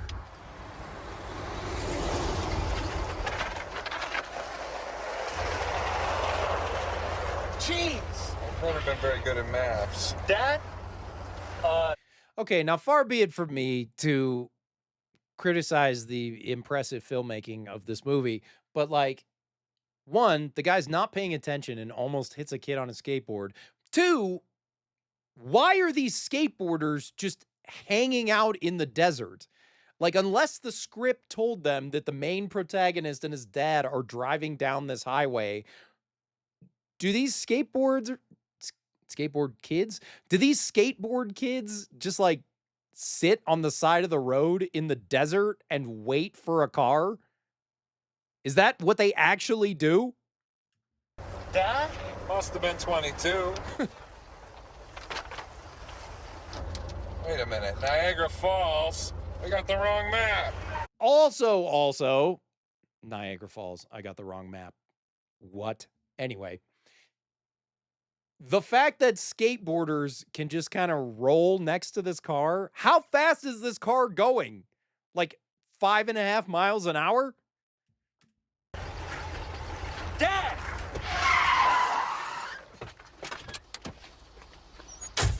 Oh my God. Are you all right, son? You killed him. Well, why'd he cross the road like that? Get to the other side, you Barney. What do you think? Yeah, you Barney, you idiot. Very funny, guys. Then you're not laughing, dudes. I was, but then you took your mask off. Oh! Bite. Zach. I don't suppose you gentlemen know where Mill Creek is, do you? Mill Creek? I've never heard of Mill Creek. Have you ever heard of Mill Creek? There is a Mill Creek. You know, it's back that way. Really? But Dad, we're You know, already... 40 miles down that way, then you make a right. Dad? Oh, they were just Remote mom kidding. used to There's always a say. sign. You silly guys. Yeah. Sometimes the thing you're looking for is staring you right in the face. Like our bingo card. I think we personally, and since I am the keeper of the bad movie bingo, I think that we should, let's see. I kind of think that line, you killed him. I think I think we're going to mark hilarious line delivery for that one. I really like that line. I think it's funny. You killed him. It's also overly dramatic, but I think we're going to count it as hilarious line delivery this time. Once in a while, I see a glimpse of someone I once knew. It must be just enough. I'm telling you, I got a good feeling about this place. Oh yeah, after those skateboarding bullies just tried to run you out of town. You'll see.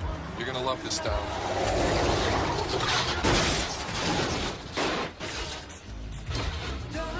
Sick.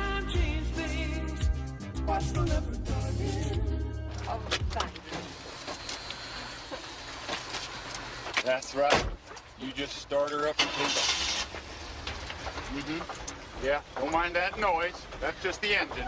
Thanks for your business. Bye-bye. Okay, that line was legitimately funny. Way to go, boss. A cherry Mustang for a living Dodge. Oh, Earl.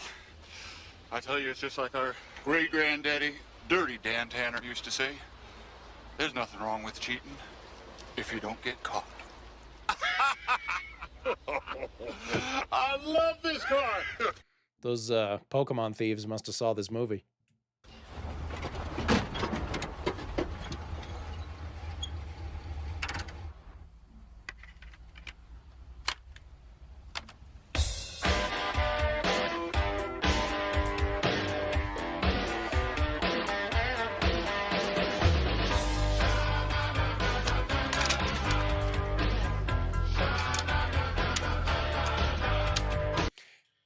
This movie just has like the most music. Like this movie has constant music. Hey, baby, have you heard the news? I'm gonna take you on a ski cruise to a place. But Dad, you promised. Look, there's no time today, Zach. Something came up. We'll do batting practice next Saturday. I promise. Good golly, Miss Molly, it's me and you. Come on, Ruby, baby, let the good times roll. Down on the aisle of rock and roll. Down on the aisle of rock and roll. They both have the same picture. Okay, that's interesting. But also, we find later that this guy is a weatherman at a local TV station. Maybe I'm stupid. Maybe I don't know anything about the news, but a weatherman has this many stacks of folders and files? For what? Does he have one paper for every degree of Fahrenheit there is? Oh, Mr. Station Manager, you wanted on the set. Stat. Pilot, but mostly clear in the rest of the state with a high of 80 and clear skies and free union. And then for whatever reason, our protagonist is just confused that his dad is on the news, which is presumably his job. And here in Mill Creek, it's going to be a piping hot 16 degrees. Whoa. 91 degrees here in Mill Creek. How embarrassing. Back to you, Bill.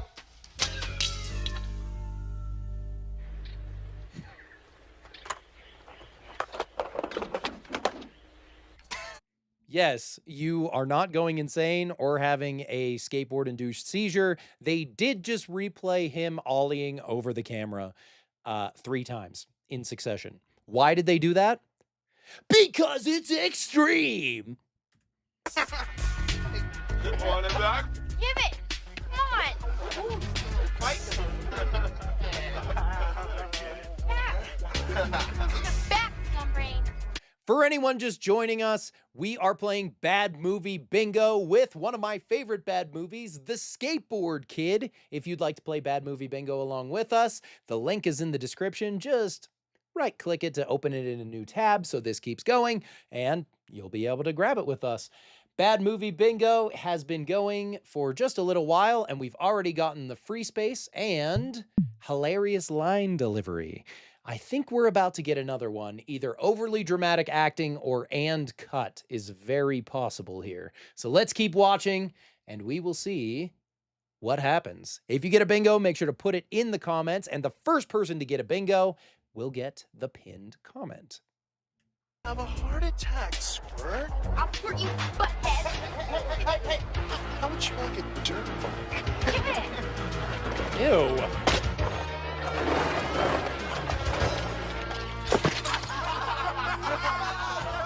I'm sorry, man.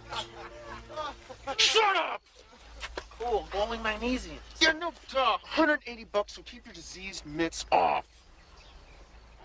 Ugly. Back off, Snake! Look, Pete, wow. keep your little corn husking self out of this neighborhood. This is mag territory, so stay out. I'll make a note of that. Yeah, you will. Now, the bully said, keep your corn husking self out of here, right? After he yells at Snake, and Snake is very surprised. This kid is from LA, right? This kid was just, he was just skateboarding on the pier, right? So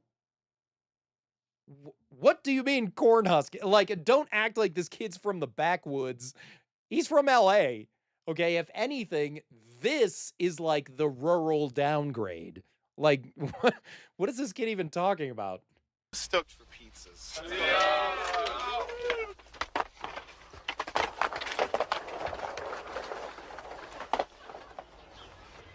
Well, I guess that was enough to get rid of him, so. Can I help you?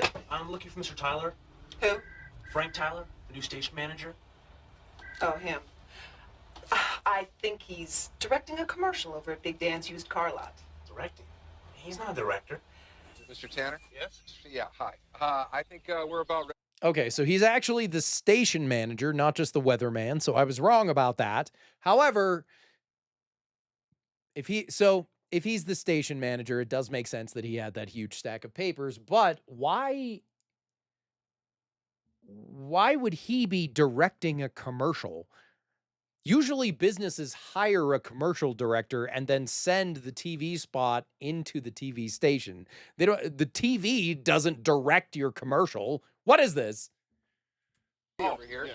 So if you want to get one more rehearsal, just take your mark right over here. Look right in the camera. Okay. Holy crap. That's a legitimate, like, MGM film camera. You're supposed to say action. Oh, that's right. I forgot. And action. Howdy. I'm Big Dan Tanner. Scaring away high prices. Now, you all might remember my great-granddaddy, Dirty Dan Tanner. Get it? Because it's a scarecrow. Yeah. Oh, damn. What is it, Zach? Dad, I need a loan. I know this is kind of short notice. It's for a skateboard with gold-wing magnesium. Come on, Tyler. I'm pumped. I'm ready. I'm prepared. Dad, all the kids... I said not now, Zach. Dad. Zach. Okay, I think this is it. It's a picture Dad, now. Zach. Okay, we ready? All right, let's lock it up. Lock it up. Roll camera. Why is the bully there? And action. Howdy. I'm Big Dan Tanner. Scaring away high prices. Now, y'all probably remember my great-granddaddy, Dirty Dan Tanner, once committed armed robbery in this here town. Well, I'm telling you, hey, I tell you, that Dirty Dan, we got Okay, the scarecrows may have been the kid's fault, but like the water was not the kid's fault. The water was that idiot maintenance guy's fault.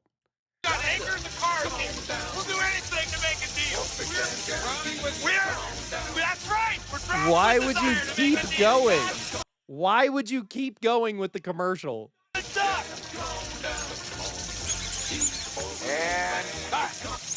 oh, you idiot! Turn that damn thing off. Sorry. Now. Who is responsible for this damn mess? Him, Dad. No way. Earl, will you get this delinquent off Ah. Excuse me, Mr. Tanner. I don't think Zach my meant... property? No, I'm not excusing anybody. Never mind you. that these commercials comprise just about all the revenue of that stupid little station of yours. Do you get my drift? I own you. Whoa. Oh. Oh. Whoa! What? That guy just punched a skateboard in half? Really? Really? That guy just did that. Now, have you ever picked up a skateboard? Like, if you were breaking it over your knee or something, okay, sure. But, like, he punched the skateboard in half? Okay, one, we find out that the bully is actually Big Dan Tanner's son, which, hilarious Full House reference, by the way. Danny Tanner from Full House, that's his name. And, yeah, maintenance man picks up this child, right? Presumably a child, because he's asking his dad for money and whatever coming up. He looks young, probably high school age. Picks up his child, which, dude, if somebody picked up my child like that, I'd be like, whoa, what are you doing? What are you doing? Picks him up, throws him down into some house's bushes, and then punches his skateboard in half. This inept man, who arguably does way more damage than our main character ever does. I don't know, dude. I don't know. Let's just keep going.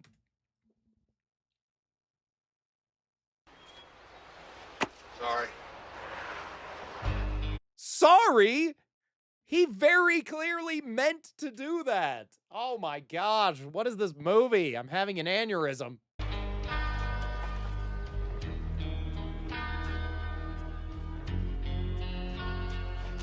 When you get your skateboard punched, you sit on someone's deck and be like sad about it, 'cause your hat says, wow, oh, he punched my skateboard.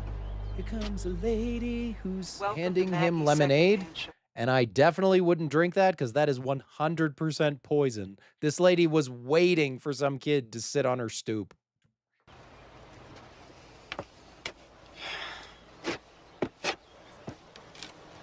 Having a bad day, huh? Uh-huh. Yep. Me too. Listen, lady, I haven't got all day. I'm coming! Hang in there, okay? Okay. I know the envelope is here. Here, have some lemonade that definitely, for sure, 100%, absolutely is not poison. Dead beats are all alike. Please, I'll find it.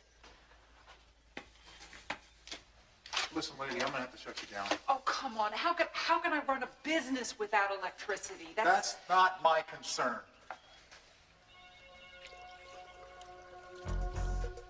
I'm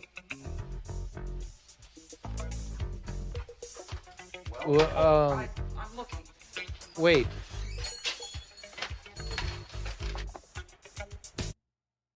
So, this lady who does not know this kid just allowed him to come into her house, pour her goldfish into a pitcher, and is just like, oh, yeah, whatever, because she's what, busy with this electrician or what? Like, what is happening right now?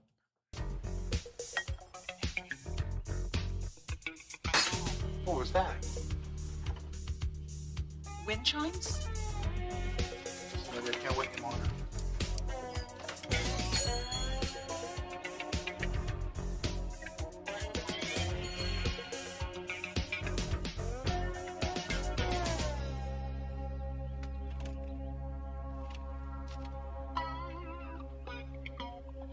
Okay.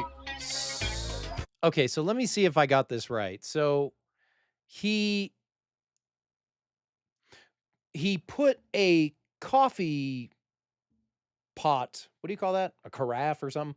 He put that coffee thing on there, which that wouldn't fit. But even if it did, he completely changed the energy usage reading so that she wouldn't get charged as much.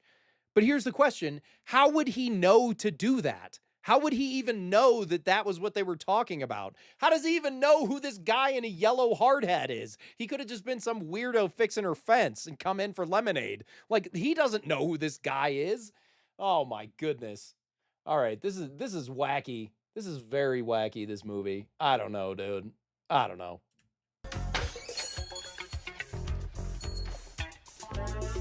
I just don't get it. Well, we must have made some kind of mistake. No. Yeah, according to your meter, you're all paid up. Don't that beat all? Mine? Oh, no,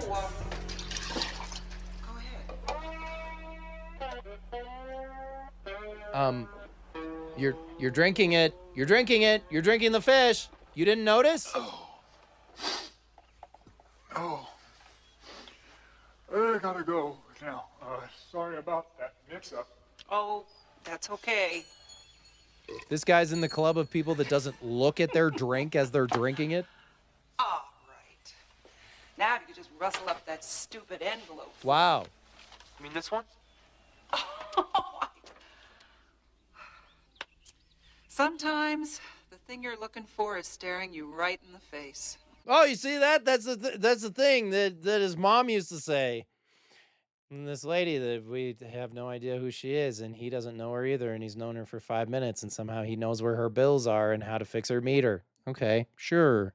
Whatever you say, movie.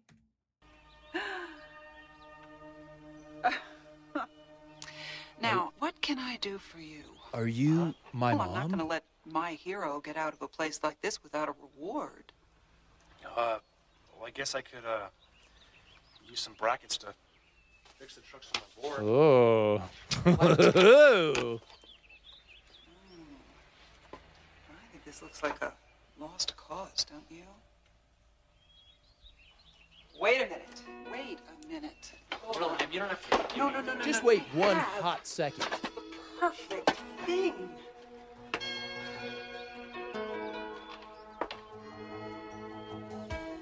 Pretty groovy, huh?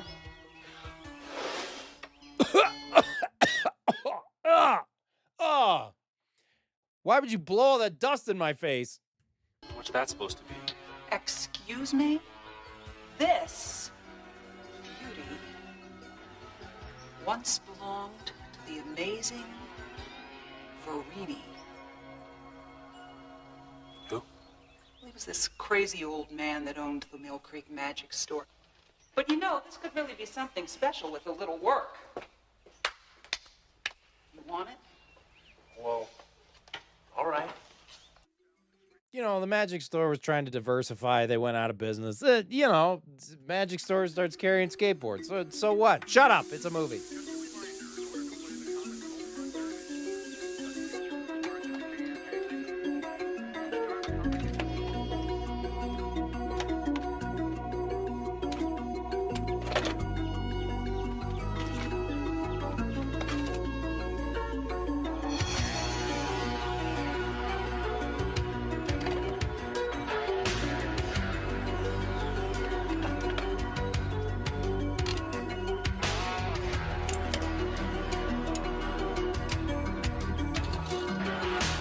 Now, correct me if I'm wrong, but I'm pretty sure he just wanted a new skateboard with, like, magnesium trucks or something. Haha, idiot. But he then turns his skateboard into this weird, like, Frankenstein's monster. Oh, how ironic. It's playing on the TV. But, like, he's working on this thing. Doesn't he just want it to be a normal skateboard? Why would you want to put a motor and stuff on it? You're not going to be able to do the same tricks and stuff on it. It makes no sense. Anyway, whatever.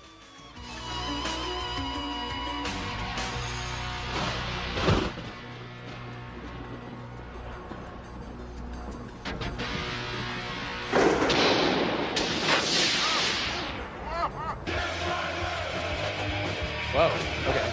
That seems older, I guess.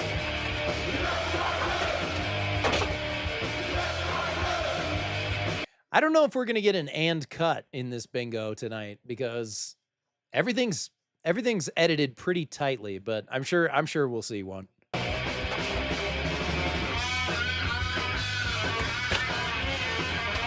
Okay, we get it. You skateboard.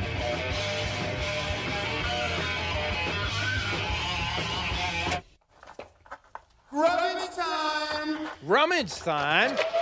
Yeah, it's time for the church rummage sale.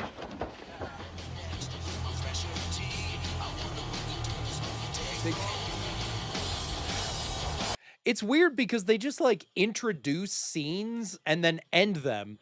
Rummage time! We're not going to tell you what that is, but whatever. What is that?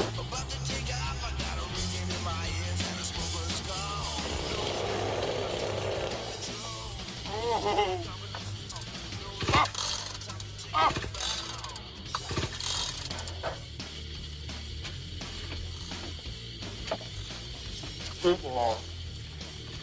Eagler. Come on, boys. It's showtime at the Apollo. Give up. Hey, what are you doing? Okay, so out of nowhere, the skateboard can talk. What? The skateboard can talk now. Yes. The skateboard is now a sentient being that can both speak and crack wise.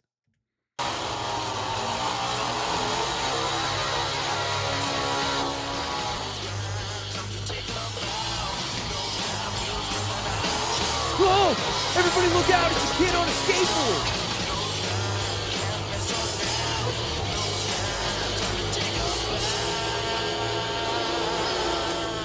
Hi, guys. Don't check out Barney with the Cornhuskers here. Oh, wait. Wow. Guys, back off.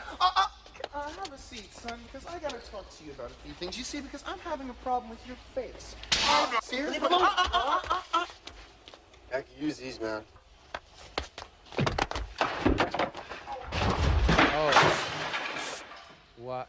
My system! I am going to kill you, you cat! Yeah, why did that happen just now?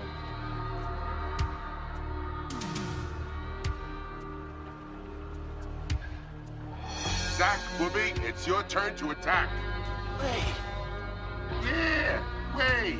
As chairman of the board, I'm telling you, don't sweat it.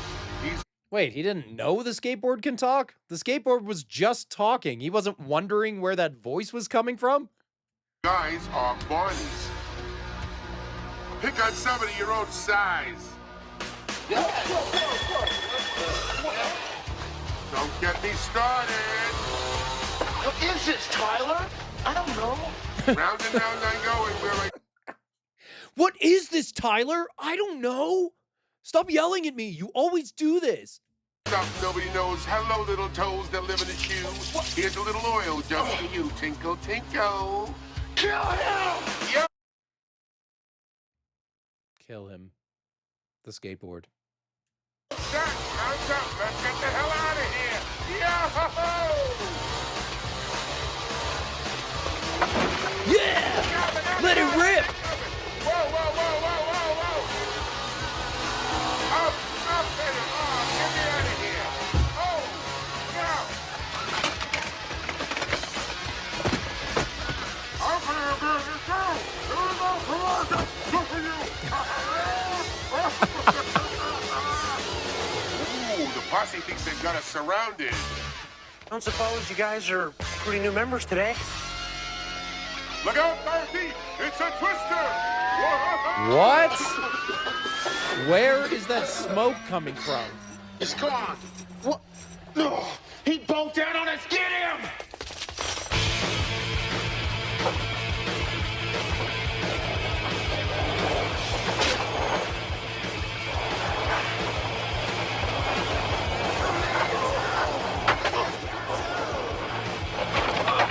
They just hate that chicken guy. Also, we're trying to chase someone, but we still have time for tricks. I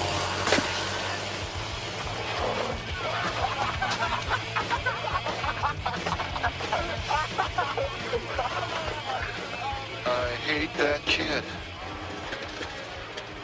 So his like idiot mechanic spilling oil on him is enough to stop all of the skateboarders from chasing him after he just destroyed their like $500 sound system. They're just going to stop chasing him. What is happening? All right. Let's bring up our bingo card. We are absolutely going to mark super stupid henchmen, which I'm counting because it is super stupid bullies. So we're going to count them super stupid henchmen.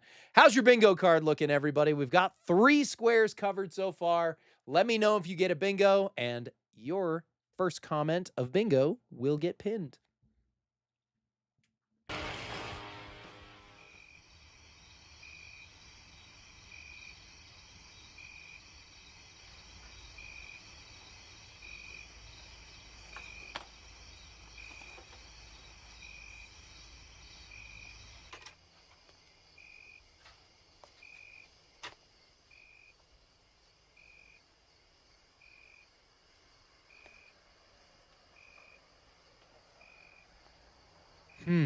Is my skateboard alive?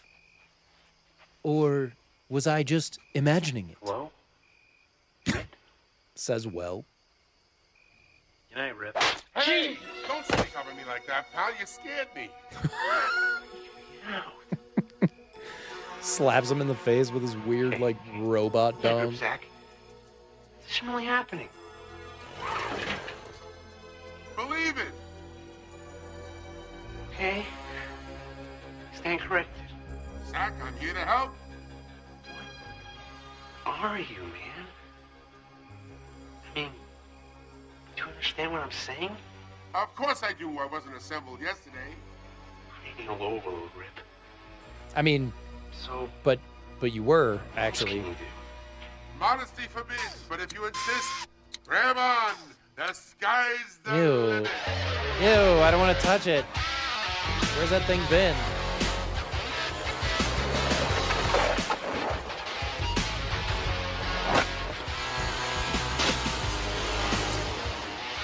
Way cool. Way cool.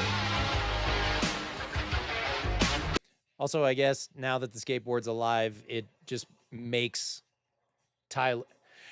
Yeah, I don't know. I guess now that the skateboard is sentient, it just makes Tyler the most immaculate skateboarder in the earth. On the earth, I should say.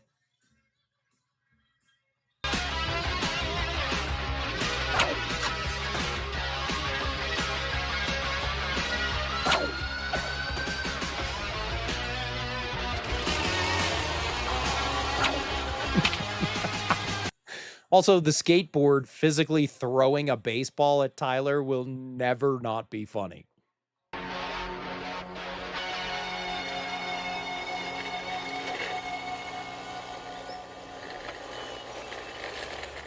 Dad!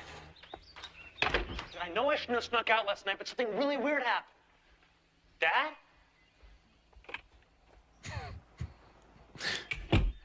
I'm sorry, son. Your father's dead.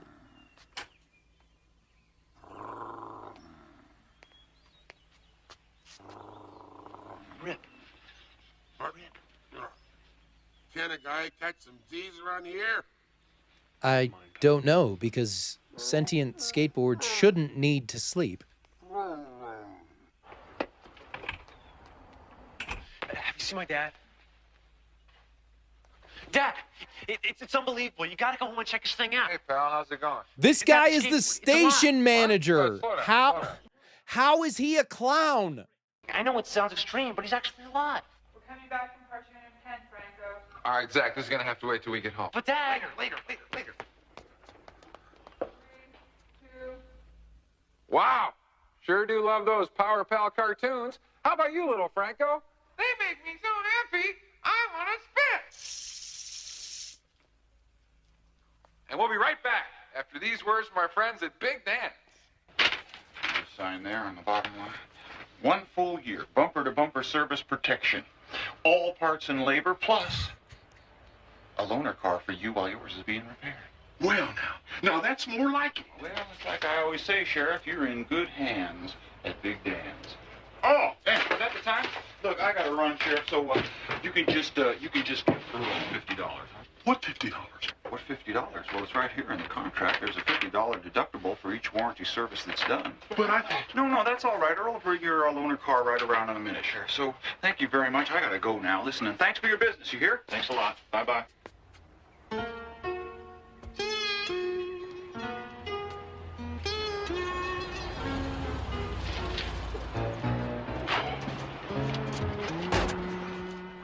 Ain't you, bitch? Huh? Wait, check out this siren. Oh, shit, Bob. What? Oh, no. This movie exists. Somebody shot that and thought it was good.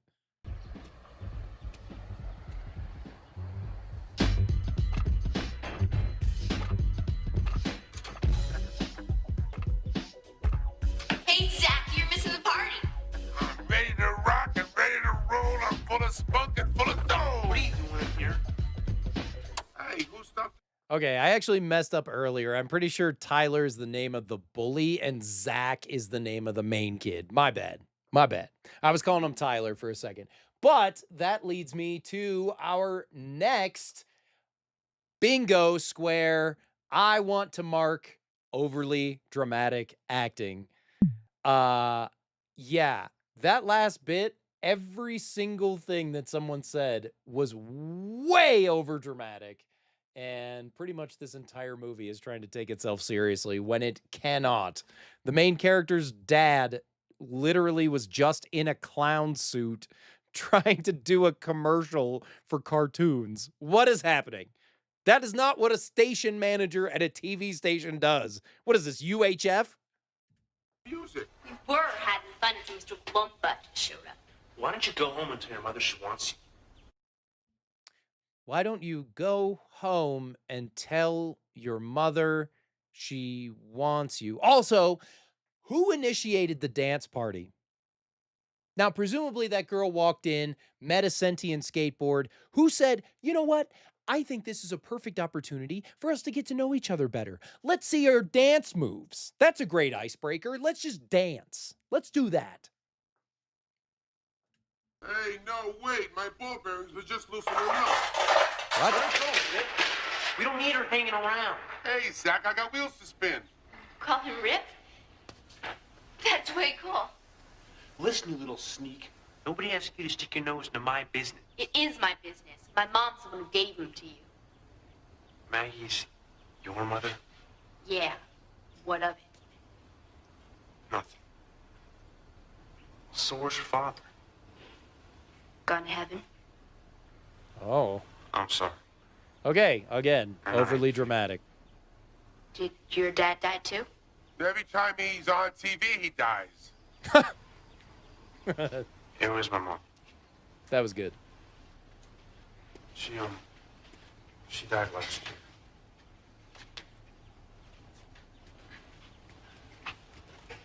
It's okay, Zach. Hey, kids, the night is young. Hey, you want to go for a ride? Come on. Hey, you and your mom wouldn't want to come over for dinner tonight, would you? You eat it, we'll eat it. Cool. Let's go. Okay, get in the back. By the way, you're only allowed 2 suitcases each.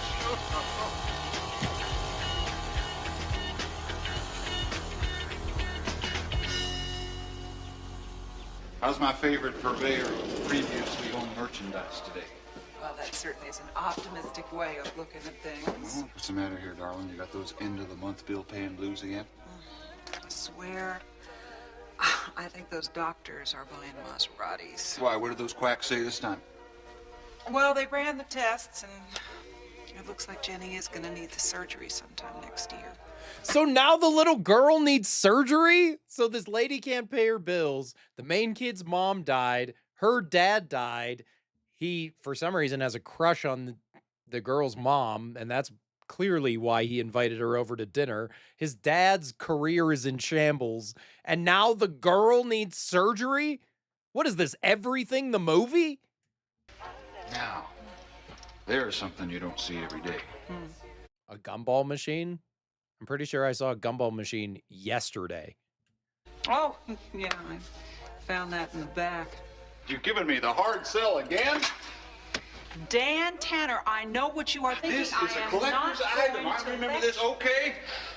Who else wants to bid on this once-in-a-lifetime masterpiece, huh? Okay, what do I hear? Going once?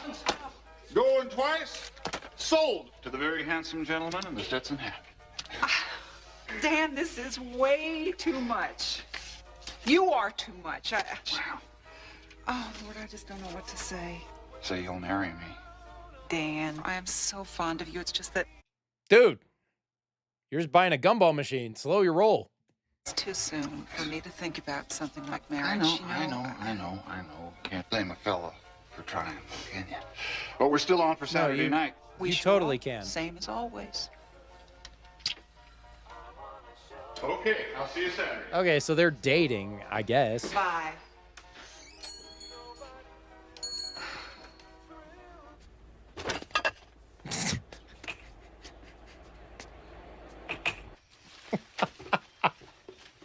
That was literally right outside of her shop. She probably saw that through the window. Like, Look out, Frankie boy. Your fate is sealed tonight. Hey, Rick. Have you picked up around the house? Just remember, I don't do windows. I'm too short. Just put that junk in the closet. Oh, okay, if you say so. 400 degrees for 45 minutes? No way.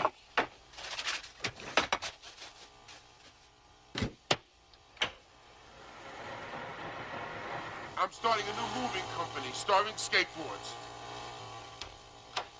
Mundo. Yo, Dad. Get hard to party. I'm gonna get stupid tonight. I can do stupid. Stupid I can definitely do. Oh, God, what happened to you? Crazy glue. What kind of lame brain moronic clown puts his wig on with crazy glue? Well, take it off. I'll take it off. There's a thought. I mean it. Take it off. Zach! whoa.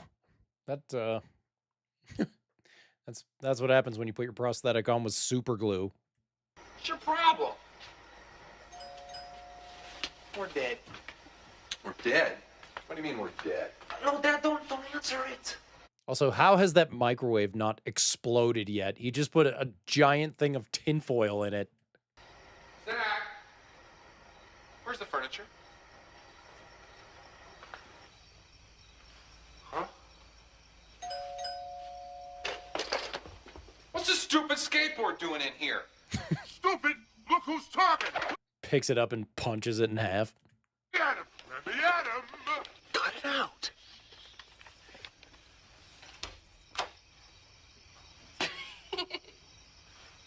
Can you excuse me for just a sec? You forget to tell me something, Phil? We're having guests for dinner tonight, Franco. Hi. Hi, I'm Frank Tyler. Hi. I'm not really a clown. I play one on TV. Hi, I'm Maggie Mills. Hi, Maggie. This is my daughter, Jenny. Hi, Jenny. Hi. Come on in. Can I take Yes. your coats or anything? Thanks. Sure.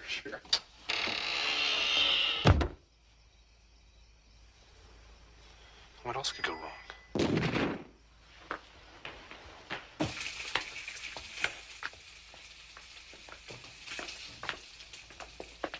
So what? Do we serve ourselves?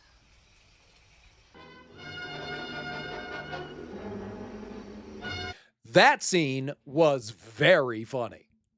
I love horror movies. All I need is popcorn. Oh, gee, Ripley. Ripley, that meal was really good, but all of a sudden I don't feel so good. Ugh.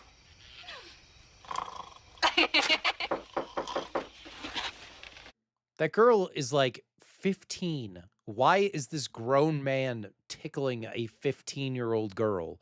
Do I have a bingo square for inappropriate touching? I need a bingo square for very strange things. All right. Keep going.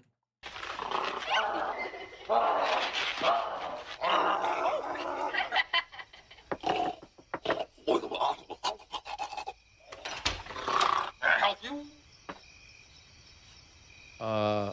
It looks like you're the one that needs the help, Tyler. Oh, Mr. Tanner. got him. Would you like to come in? This is my son, Hamilton. He's a real chip off the old engine block.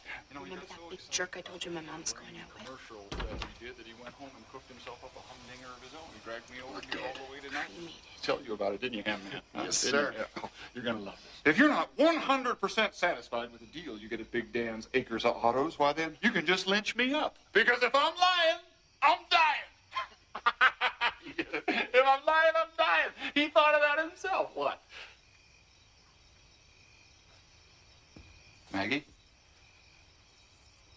I didn't know you were here. I thought I heard your voice. You know, Zach invited me and Jenny to dinner. Are these kids supposed to be like 8 years old? Why is he making faces behind Dan like they can't see him? What is happening? Is everybody just brain damaged from all the strobe lights from the skate park? Wasn't that nice? Yes, that was very nice.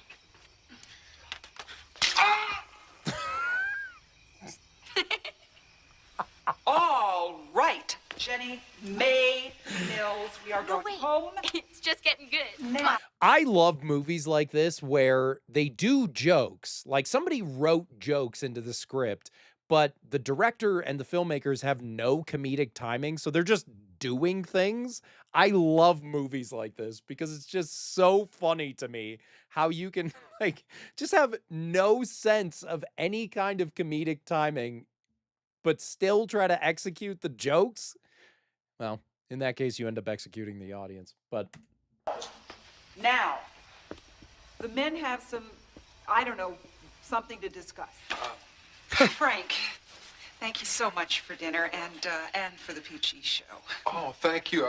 Maybe we can do it again Yes, sometime. that would be great, Zach. Later, Zach. Jenny. Listen here, Tyler. Don't think I don't know what's going on, because I see what's going on. I mean, you think I don't see what's going on? I see what's going on, so don't think that I... Look! You keep this brat of yours outside of my immediate vicinity forever, or the only thing you're going to be broadcasting is price checks at Piggly Wiggly.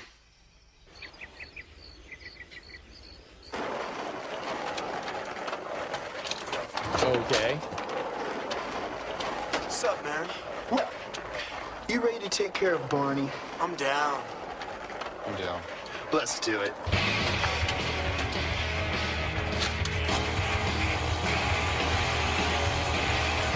Well, it is the 90s. Barney was very popular at this time. Somebody was bound to take it down. We got trouble.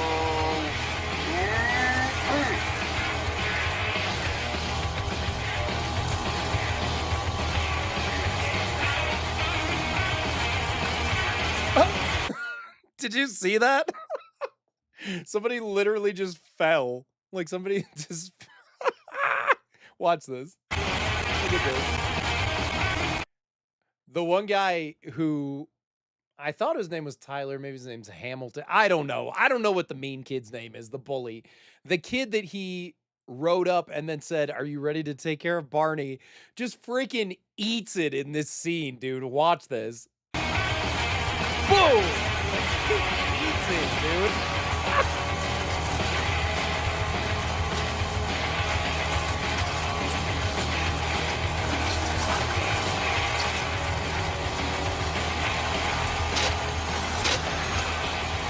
Okay, I'll take over. Up, and away! Oh, wow. Ugly. I really hate that guy.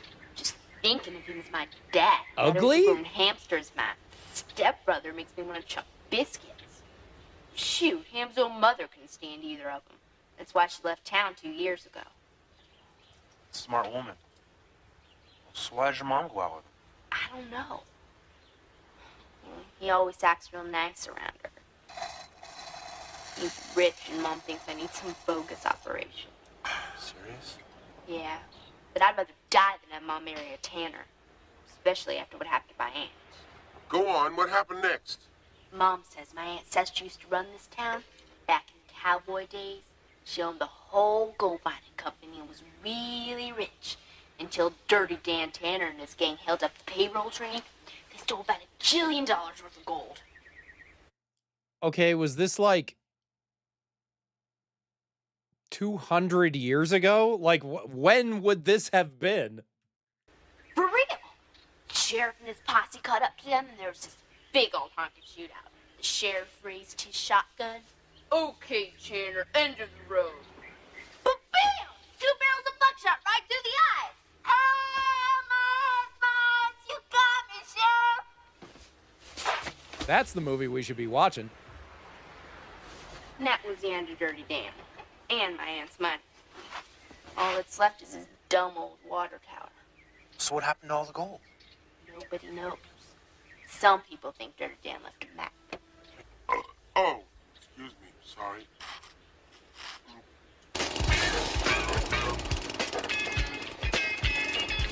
So now out of nowhere, as if anything in this movie makes sense, it's now a treasure hunting movie.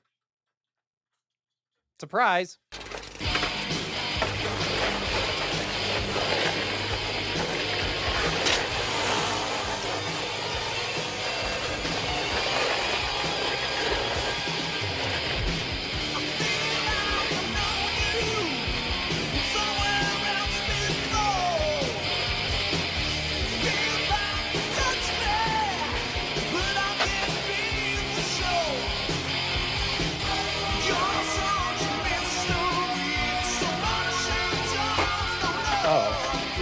That kid fell and hit the camera.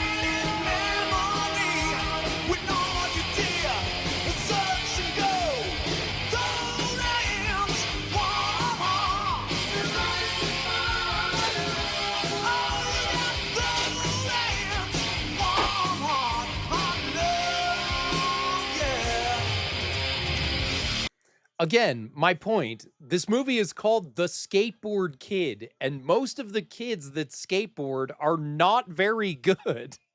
Why? Why?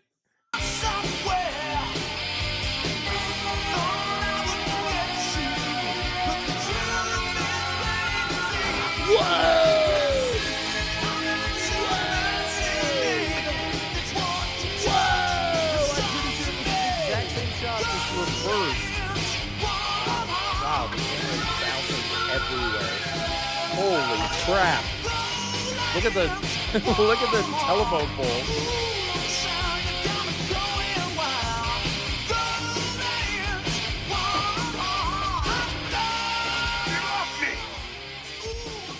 Where's the geek? Oh, jeez. Come on. Where's the geek?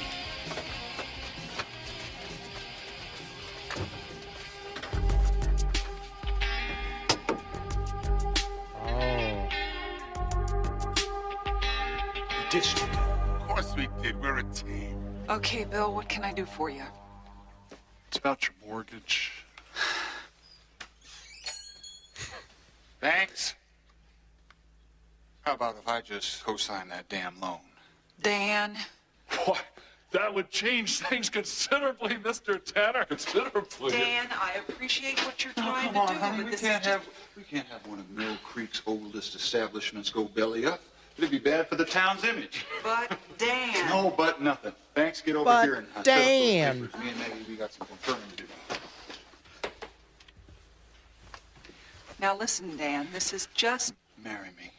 Dan. Please. Just hear me out. 1 minute.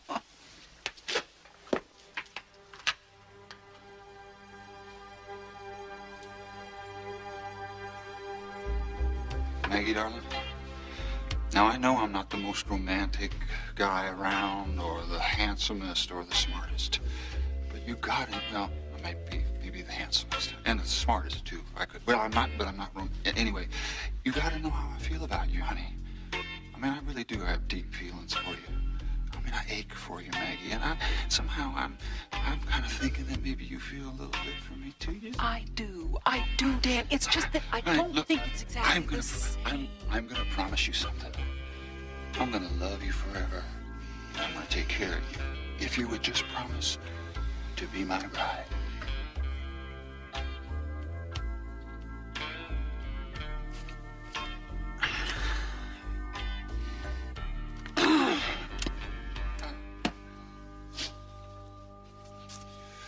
Okay. Maggie, honey, I think you're being a little selfish here. I think it's time that you stopped thinking about yourself and started thinking of Jenny and her future. Now, wait a minute, Dan. Don't you... Listen to me, dude. You got a man over here that's going to foreclose on you tomorrow. I'm willing to co-sign the loan.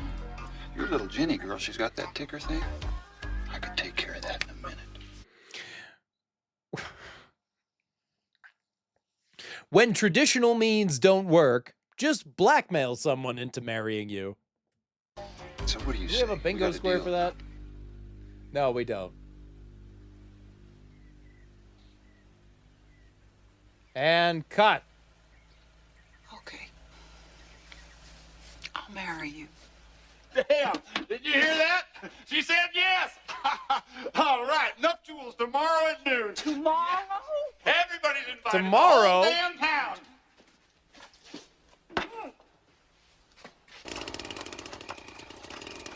I will never be Daytana's daughter.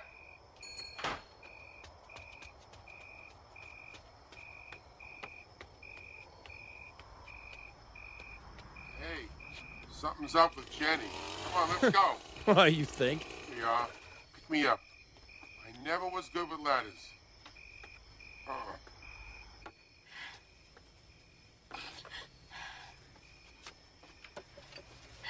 Leave me alone. I don't know. Should we mark and cut? I don't know. There have been a couple shots in here that have been way too long. So, I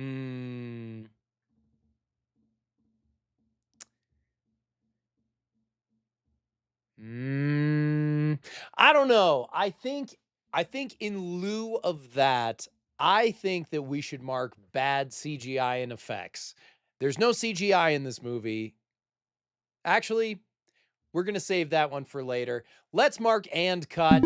And I got a bingo! Woohoo! If anybody else got a bingo, make sure you put it in the comments. And yeah, we finally got a bingo. But let's keep playing because I want to see if we can fill up this entire card. We may be able to. We might be able to. Talking animal is smarter than humans.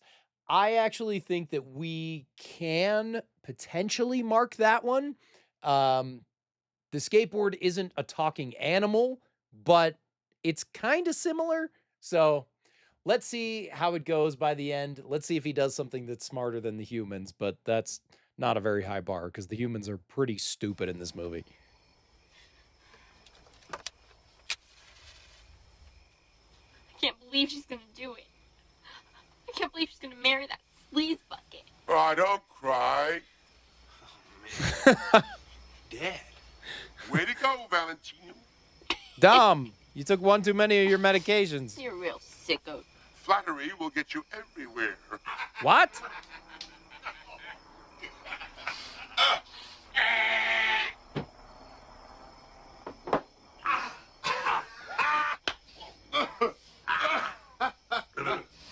Yes, sir.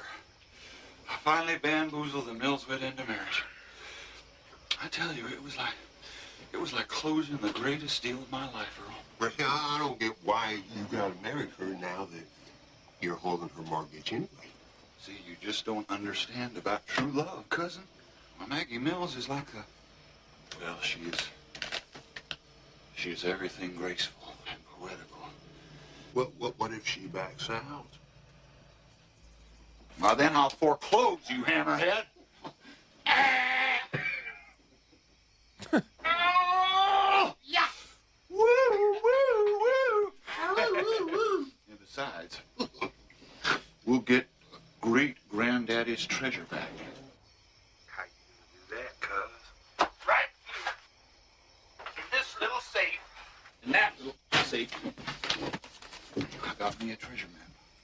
Holy moly. That great-granddaddy left behind just so us later Tanners would know exactly where that sweet stolen payroll is hidden. The only thing is, I can't make hide nor hair of this 10M6L license plate thingy. Here, let me look at it. Oh, these two guys are So really again, this turns into a treasure hunting movie, which, why does he have to marry her? He already has the map. Even if you have to hire someone to decode the map, why don't you just go get the gold if it's rightfully yours anyway? You don't have to marry her. You don't have to own her property. If it's in your name and it's like there's some record somewhere, it's your gold. Just go and take it. There's plenty of time now. Now that the last of the mill's property belongs to me. They deserve whatever they're gonna get, and I'm gonna love giving it to them. It's okay, Rip. Oh, jeez. I don't know, Rip. We're not doing that kind of stuff. This is a kid's movie. I don't want to know what you do with your joystick. No! I got scared. It's a scarecrow. Figures. Comedy.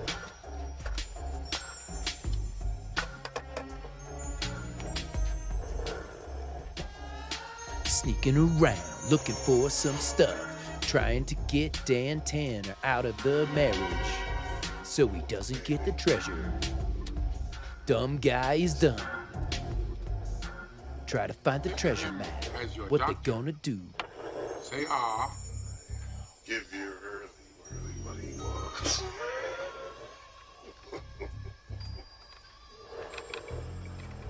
Rock-a-bye, baby, in the treetop. Ooh, the screwdriver. And don't worry, pal. It's just a screwdriver. Go back to sleep. Little child, go to sleep. Go to sleep, little creep. That demonic singing worked? Moron. Like, I don't know what the deal is with Dom DeLuise in this Our movie, but contestant is ready. Please open door number 1. Whoa! I Your really hope prize this is- wasn't his last movie. I'll be very sad if this was his last movie. Got it. Come on, early. Come on, Rip. Zach, you just woke up the bad guy. You can run, but I'll have your high. Good one. That hurt. What?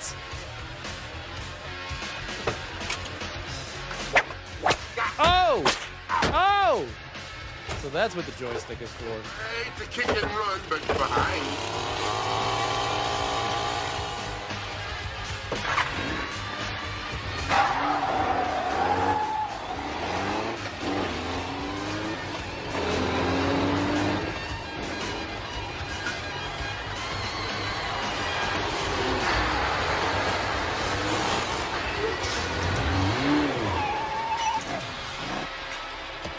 Back it up!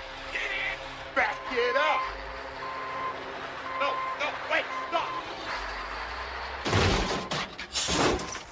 Not again.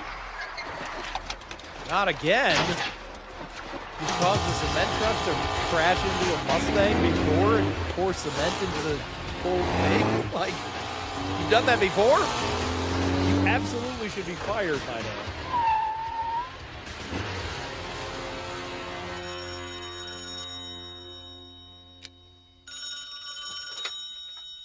Hello. What? Damn. Okay, Earl. They stole your You treasure lit map, brick. boss! If that Tyler kid gets anywhere near Maggie Mills with that map, you are an organ donor. Where are they? Wow.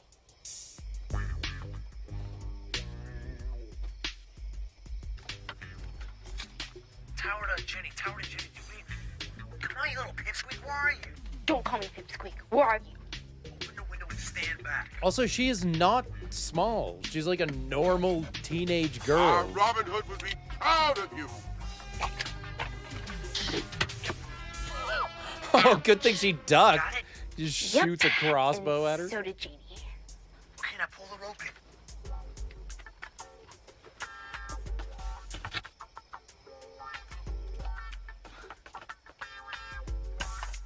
Zach, it's not here.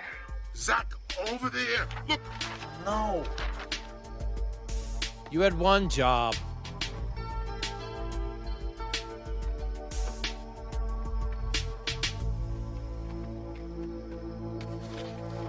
There he is! Get him!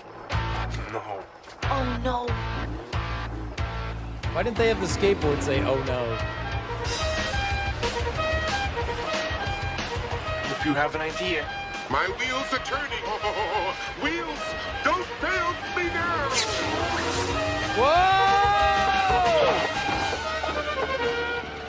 Where the heck did he go? Where's the key? He's flying? Maggie. Oh my gosh. Have you seen Zach I'm sure that anywhere? won't come back later. Whoa, look at you. Hi, Frank. What? You're looking for Zach? Yeah, I'm sure he'll show up. What's going on? Oh, well, I guess I'm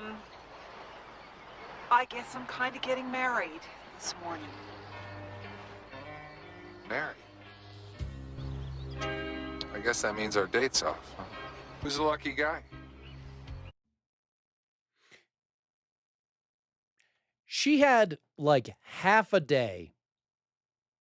She had half a day to get a wedding dress. So is she wearing her wedding dress from her wedding with the husband that died? Because if she is, that's weird. I'm sorry. That's messed up of this movie. Why would they do that? Dan Tanner. You know, Frank, I don't really think that I can explain this one. Just, believe me, I didn't think I had a choice. I'm gonna be so late. No, we didn't have time to make invitations or anything, Frank. People are just gonna kind of show up down at the church, and you're welcome to come, you know, if you want to. I do. I will do.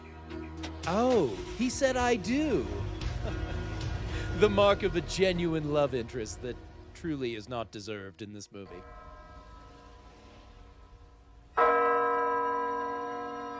But also what did happen to Zach, because he flew over the moon like E.T., and now where is he? He's dead, isn't he? He fell off the skateboard in midair onto some power lines. The Canadian PSAs told me don't play near power lines. So stand out. Big Dan's Acres Autos. Big Dan's Acres Autos. Nah. Hey, all right. What is that guy? One of the village people?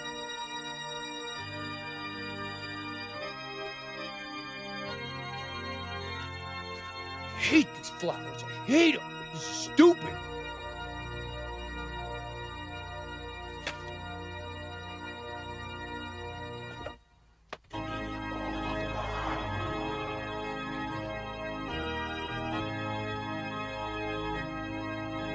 Wow, she looks beautiful in that extended nightgown.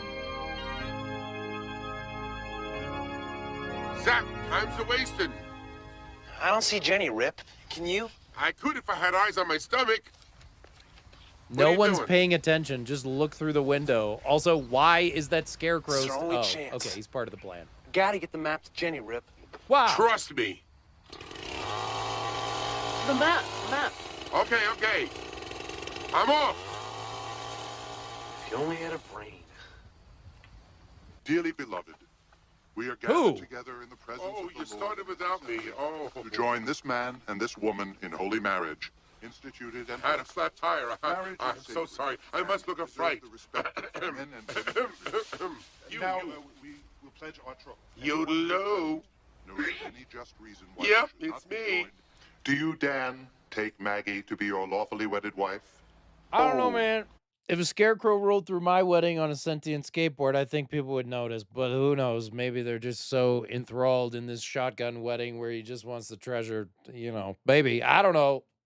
Indeedy do. And do you, Maggie, take Dan to be your lawfully wedded husband? I gotta show you something. Hi, darling. What do you got there? You know what it is, chia head. Oh, got him. Do you, Maggie, take Dan to be your lawfully wedded husband? Awfully wedded, you mean? Oh, got him. What is this? No. I was Do you, Maggie? It's treasure map to ancestors' fortune, and he's only marrying you to get it. What? Is that true, Dan? But that reaction. Is that true, Dan? You're going to get a whole bunch of gold, Dan, and we're married. So if I divorce you after you find the gold, you'll have to give me half because I'm not going to sign a prenup. Uh-oh. Is there a plot hole in this movie?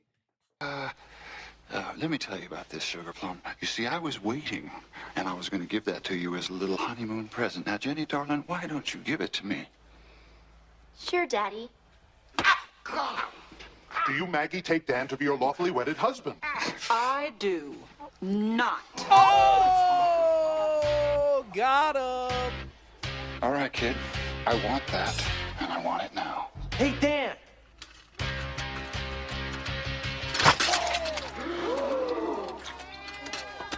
I now pronounce you man and king. Dearly beloved, have you all gone insane? Ham? Kid's got the map. Go get him. I'm sure this scene was way cooler in the director's head when they shot it.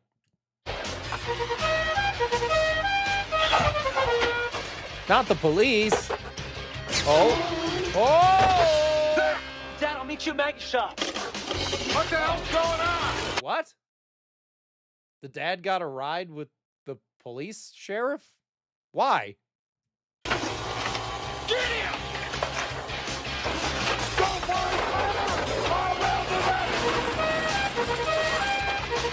Don't worry, everyone. We have a bingo square coming up.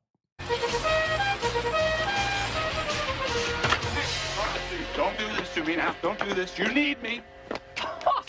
Seems you've got that backwards, mister. Well, you know, I hate to remind you of this, Maggie. I really do. But don't forget that I co-signed on your mortgage, and you realize that I can foreclose on you anytime. You'd do that, wouldn't you? Yes. I wouldn't marry you if you spit gold and sneezed silver. Let's go, honey. Bye-bye, Daddy. Earl! Maggie, well, what's going on? Is Zach responsible for all this? Well, he is. He saved my life. I almost married that mongrel. You mean you did? Oh, Frank. How could I have been so stupid? And now I'm flush with cash from all this gold, so everything's working out for everybody. Cut the mush. We gotta find that treasure. Sure, what treasure? She's right. Wow. She is right. Jenny, we gotta get back to the shop. Now listen, you stay here and you keep an eye out on Dan, okay?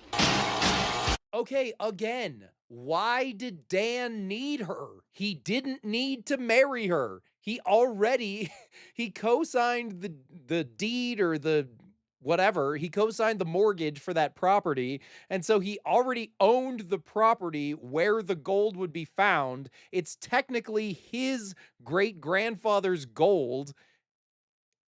And her ancestors stole it from him. So he has the legal right to it, right? Because it's his. It's his family's gold. Why does he need her at all? He doesn't. This movie's just stupid. It makes everybody else feel stupid. All right, here it comes. Here we go. How's he gonna get away? Oh, that's a cool sheriff. That's a cool sheriff. He just lets people sketch on his car. That's cool. Okay, and a guy on an ATV. Oh, man.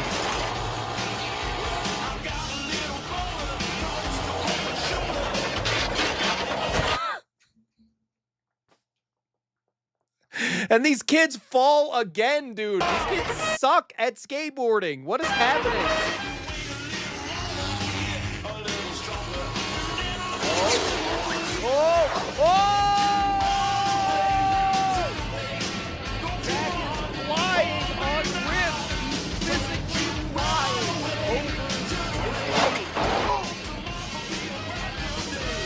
flying, dude. He's flying.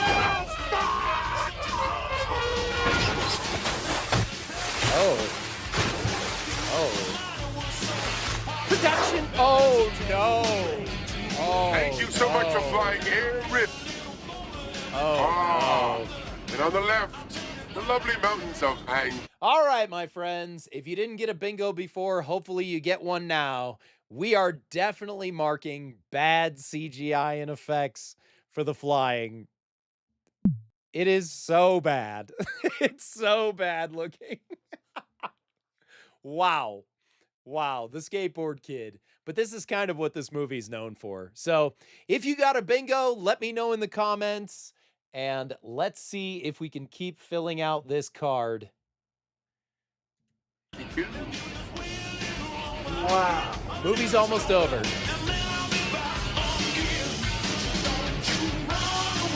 Wow. I could very easily die right now. This view was brought to you by Lufthansa. I hope you enjoyed our little trip. And now, hold on, because we're landing.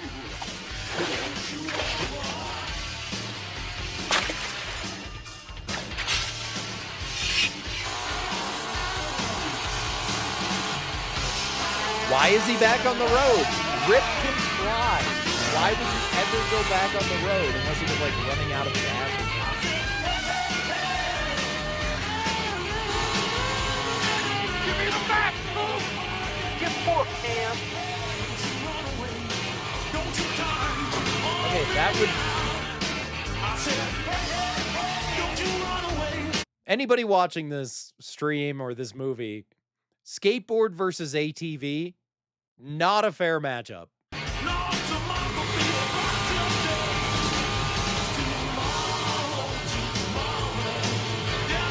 Hey, don't be a road hog. Oh. I guess he does have that, like, joystick controller thing. Oh! Oh, he ripped it off! He's ripping him with it. Holy crap! Yeah. Yeah! Oh! That, dude, I want to see that stunt again. That hurt. I've taken falls like that. Crap! Boom! Shoot, dude. That would hurt, dude. Oh, no, Red! You can fly, but I guess you're just not going to for some reason.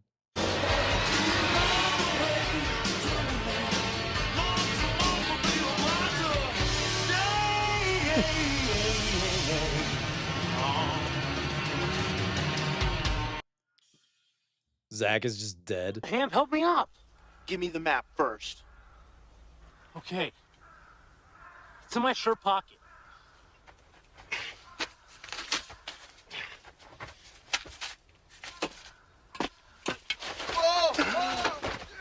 Oops.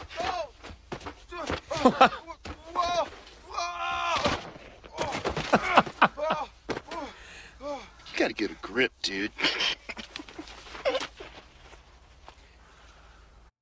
Does anybody remember that scene from the movie Kung Pao Enter the Fist when he falls down the hill and he just falls forever? That's what that reminded me of.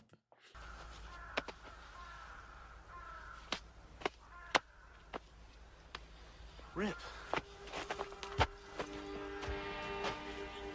Oh no, Rip! You fell down a hill and you can fly, so you should be fine.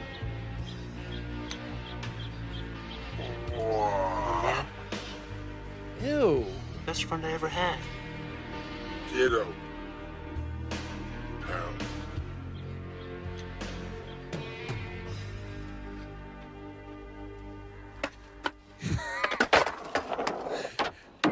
Are you? Snake immediately turns and throws up because his disembodied head was just talking. Oh. Are you sure you want me to do this? Yes. I don't have any idea where the treasure is. This map is completely confusing. No, I don't want you to help me find the I'm gold. terrible at maps. I don't. The treasure could be anywhere. Mom, Big Dan and that guy from the bank are looking for Sheriff Higgins. Frank, come on. I don't have much time. Rumor is he's in the pond because Rip can fly. Dad, what? I got the map. You got. Ah, boy, that's boy, that's not the map. That's not the map. Now you get out of here and get me that map now. Really blew it, Rip. Now you're Thought I was a dead. big hero. Guess I'm nothing but a geek. Yeah. Remember, Zach, sometimes the thing you're looking for is staring you right in the face. Oh, his hat said mom upside down the whole time. That's it, Rip. Gotta go tell Maggie. The map is... The map is my mom. How can I?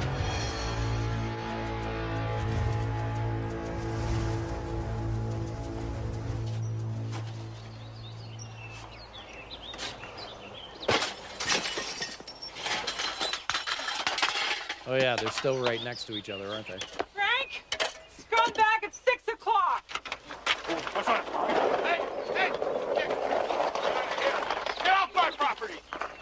All right, little lady. I want you off of my property. Because according to this deed, everything here belongs to me. House, the dirt, the tires, and the map. That belongs to me, too. Zach, where are you? What can Zach do? But also, that's not how deeds work.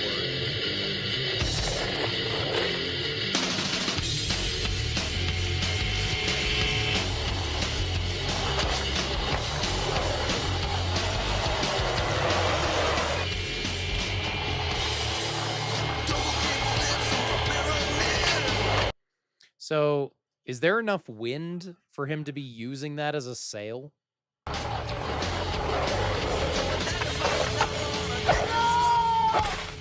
Oh! Ugly. Snake, you dissed me.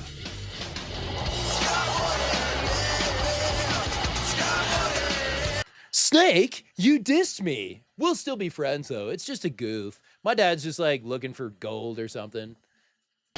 Also, now the ATV is alive? How is the ATV still going without someone controlling it? Also, now it's not behind them anymore. Rip is flying again. Hello, fasten your seatbelts. This is Zach and Captain Rip. We didn't get enough the first time, so here's Rip flying Here we again. are. Look around us. There's nothing in the sky but us. Oh, what a flight we're in for now. Extreme. Extreme!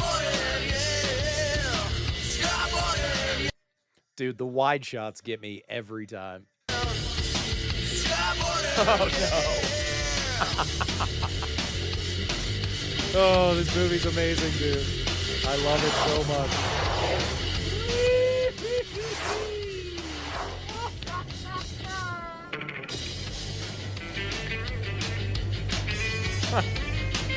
We do hope you've had a wonderful flight. I Oh just my want to tell you God. that I'm very scared because I don't like heights. Oh, get me down. Woo. All right.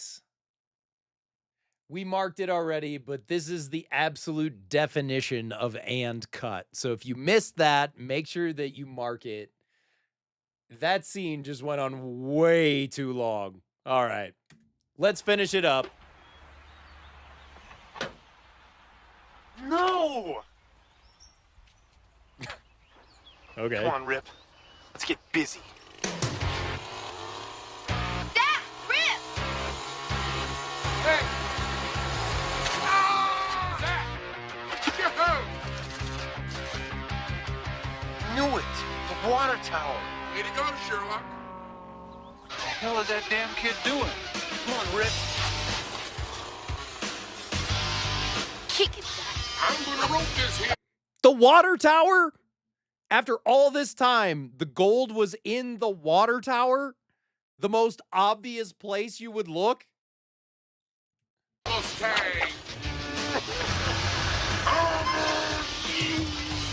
Rip can pull that car, dude? Come on! Holy crap. I think I can, I think I can! I think I can, I think I hurt myself! How is he doing that? Looney Tune time. Rip, cranky!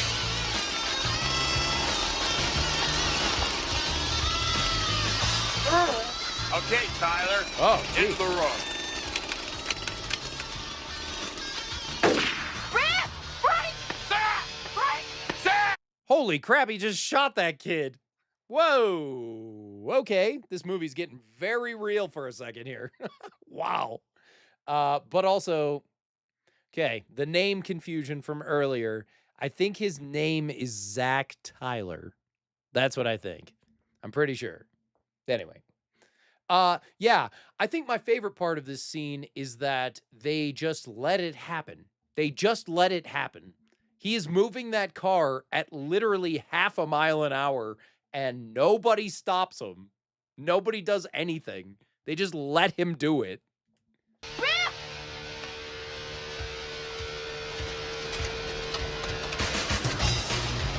Oh, he shot Rip?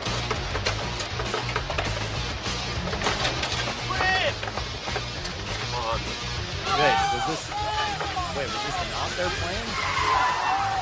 Oh. Oh! Granddaddy.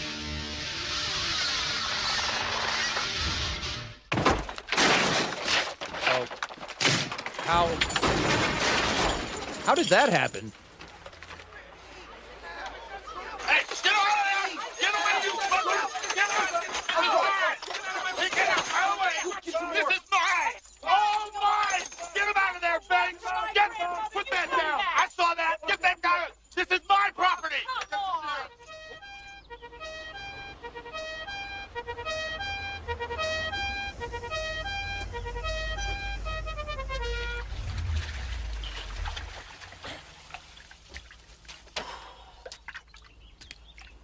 All right, Tanner, what's all the commotion out here? Sheriff, all these peoples are trespassers and I want them removed. This is my property. Your property?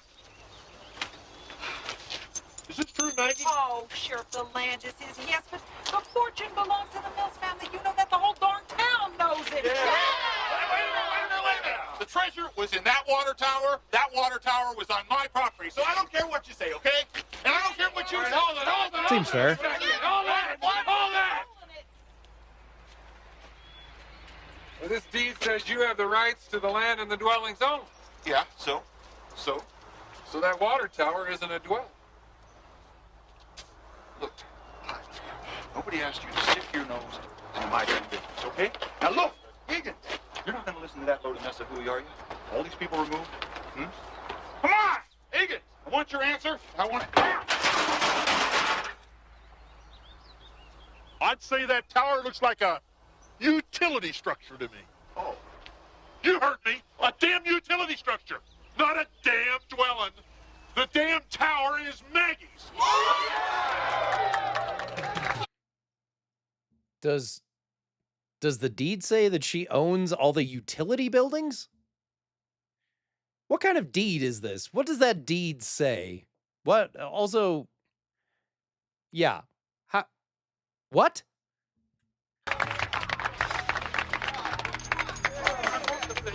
Zach, you really are my hero. Well, Oh! It's a genetic. Oh. I guess you really like the clown tickling. It's not a sentence that I regularly say.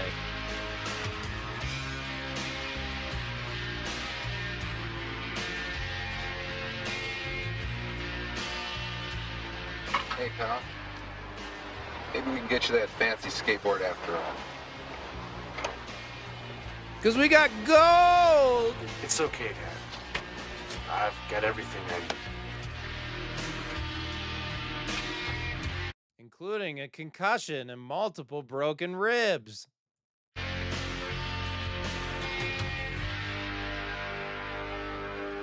Open your eyes.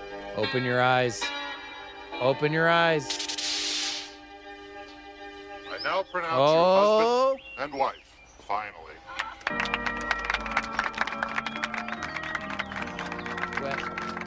When is this? This isn't the same day, is it? Oh, Zach.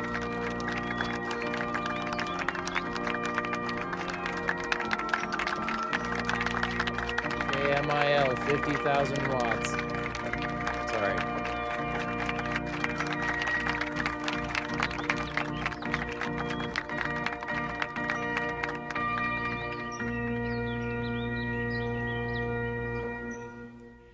All right.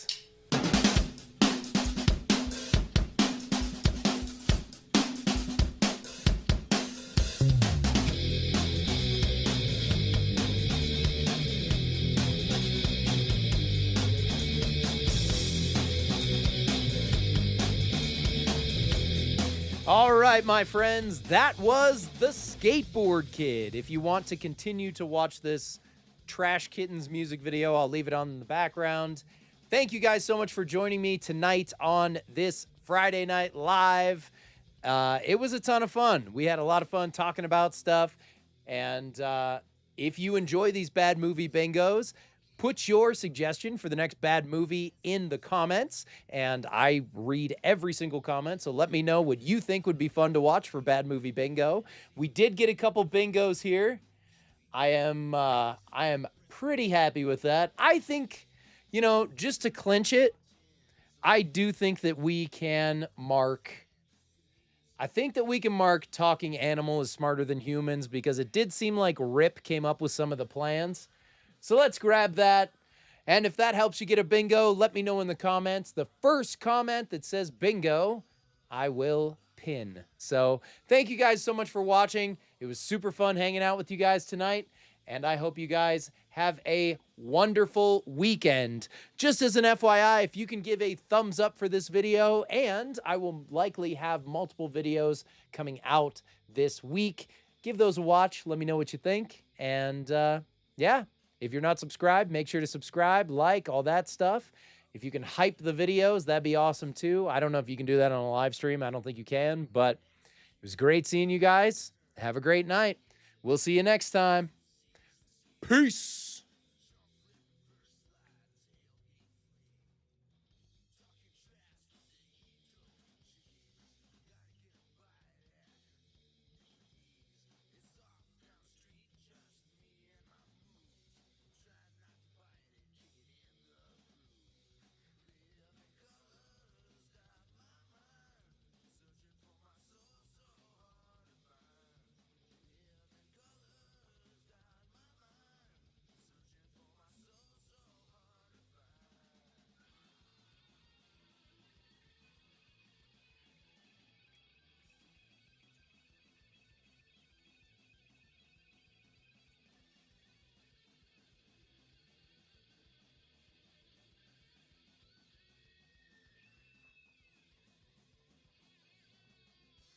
$1993 was when this movie came out.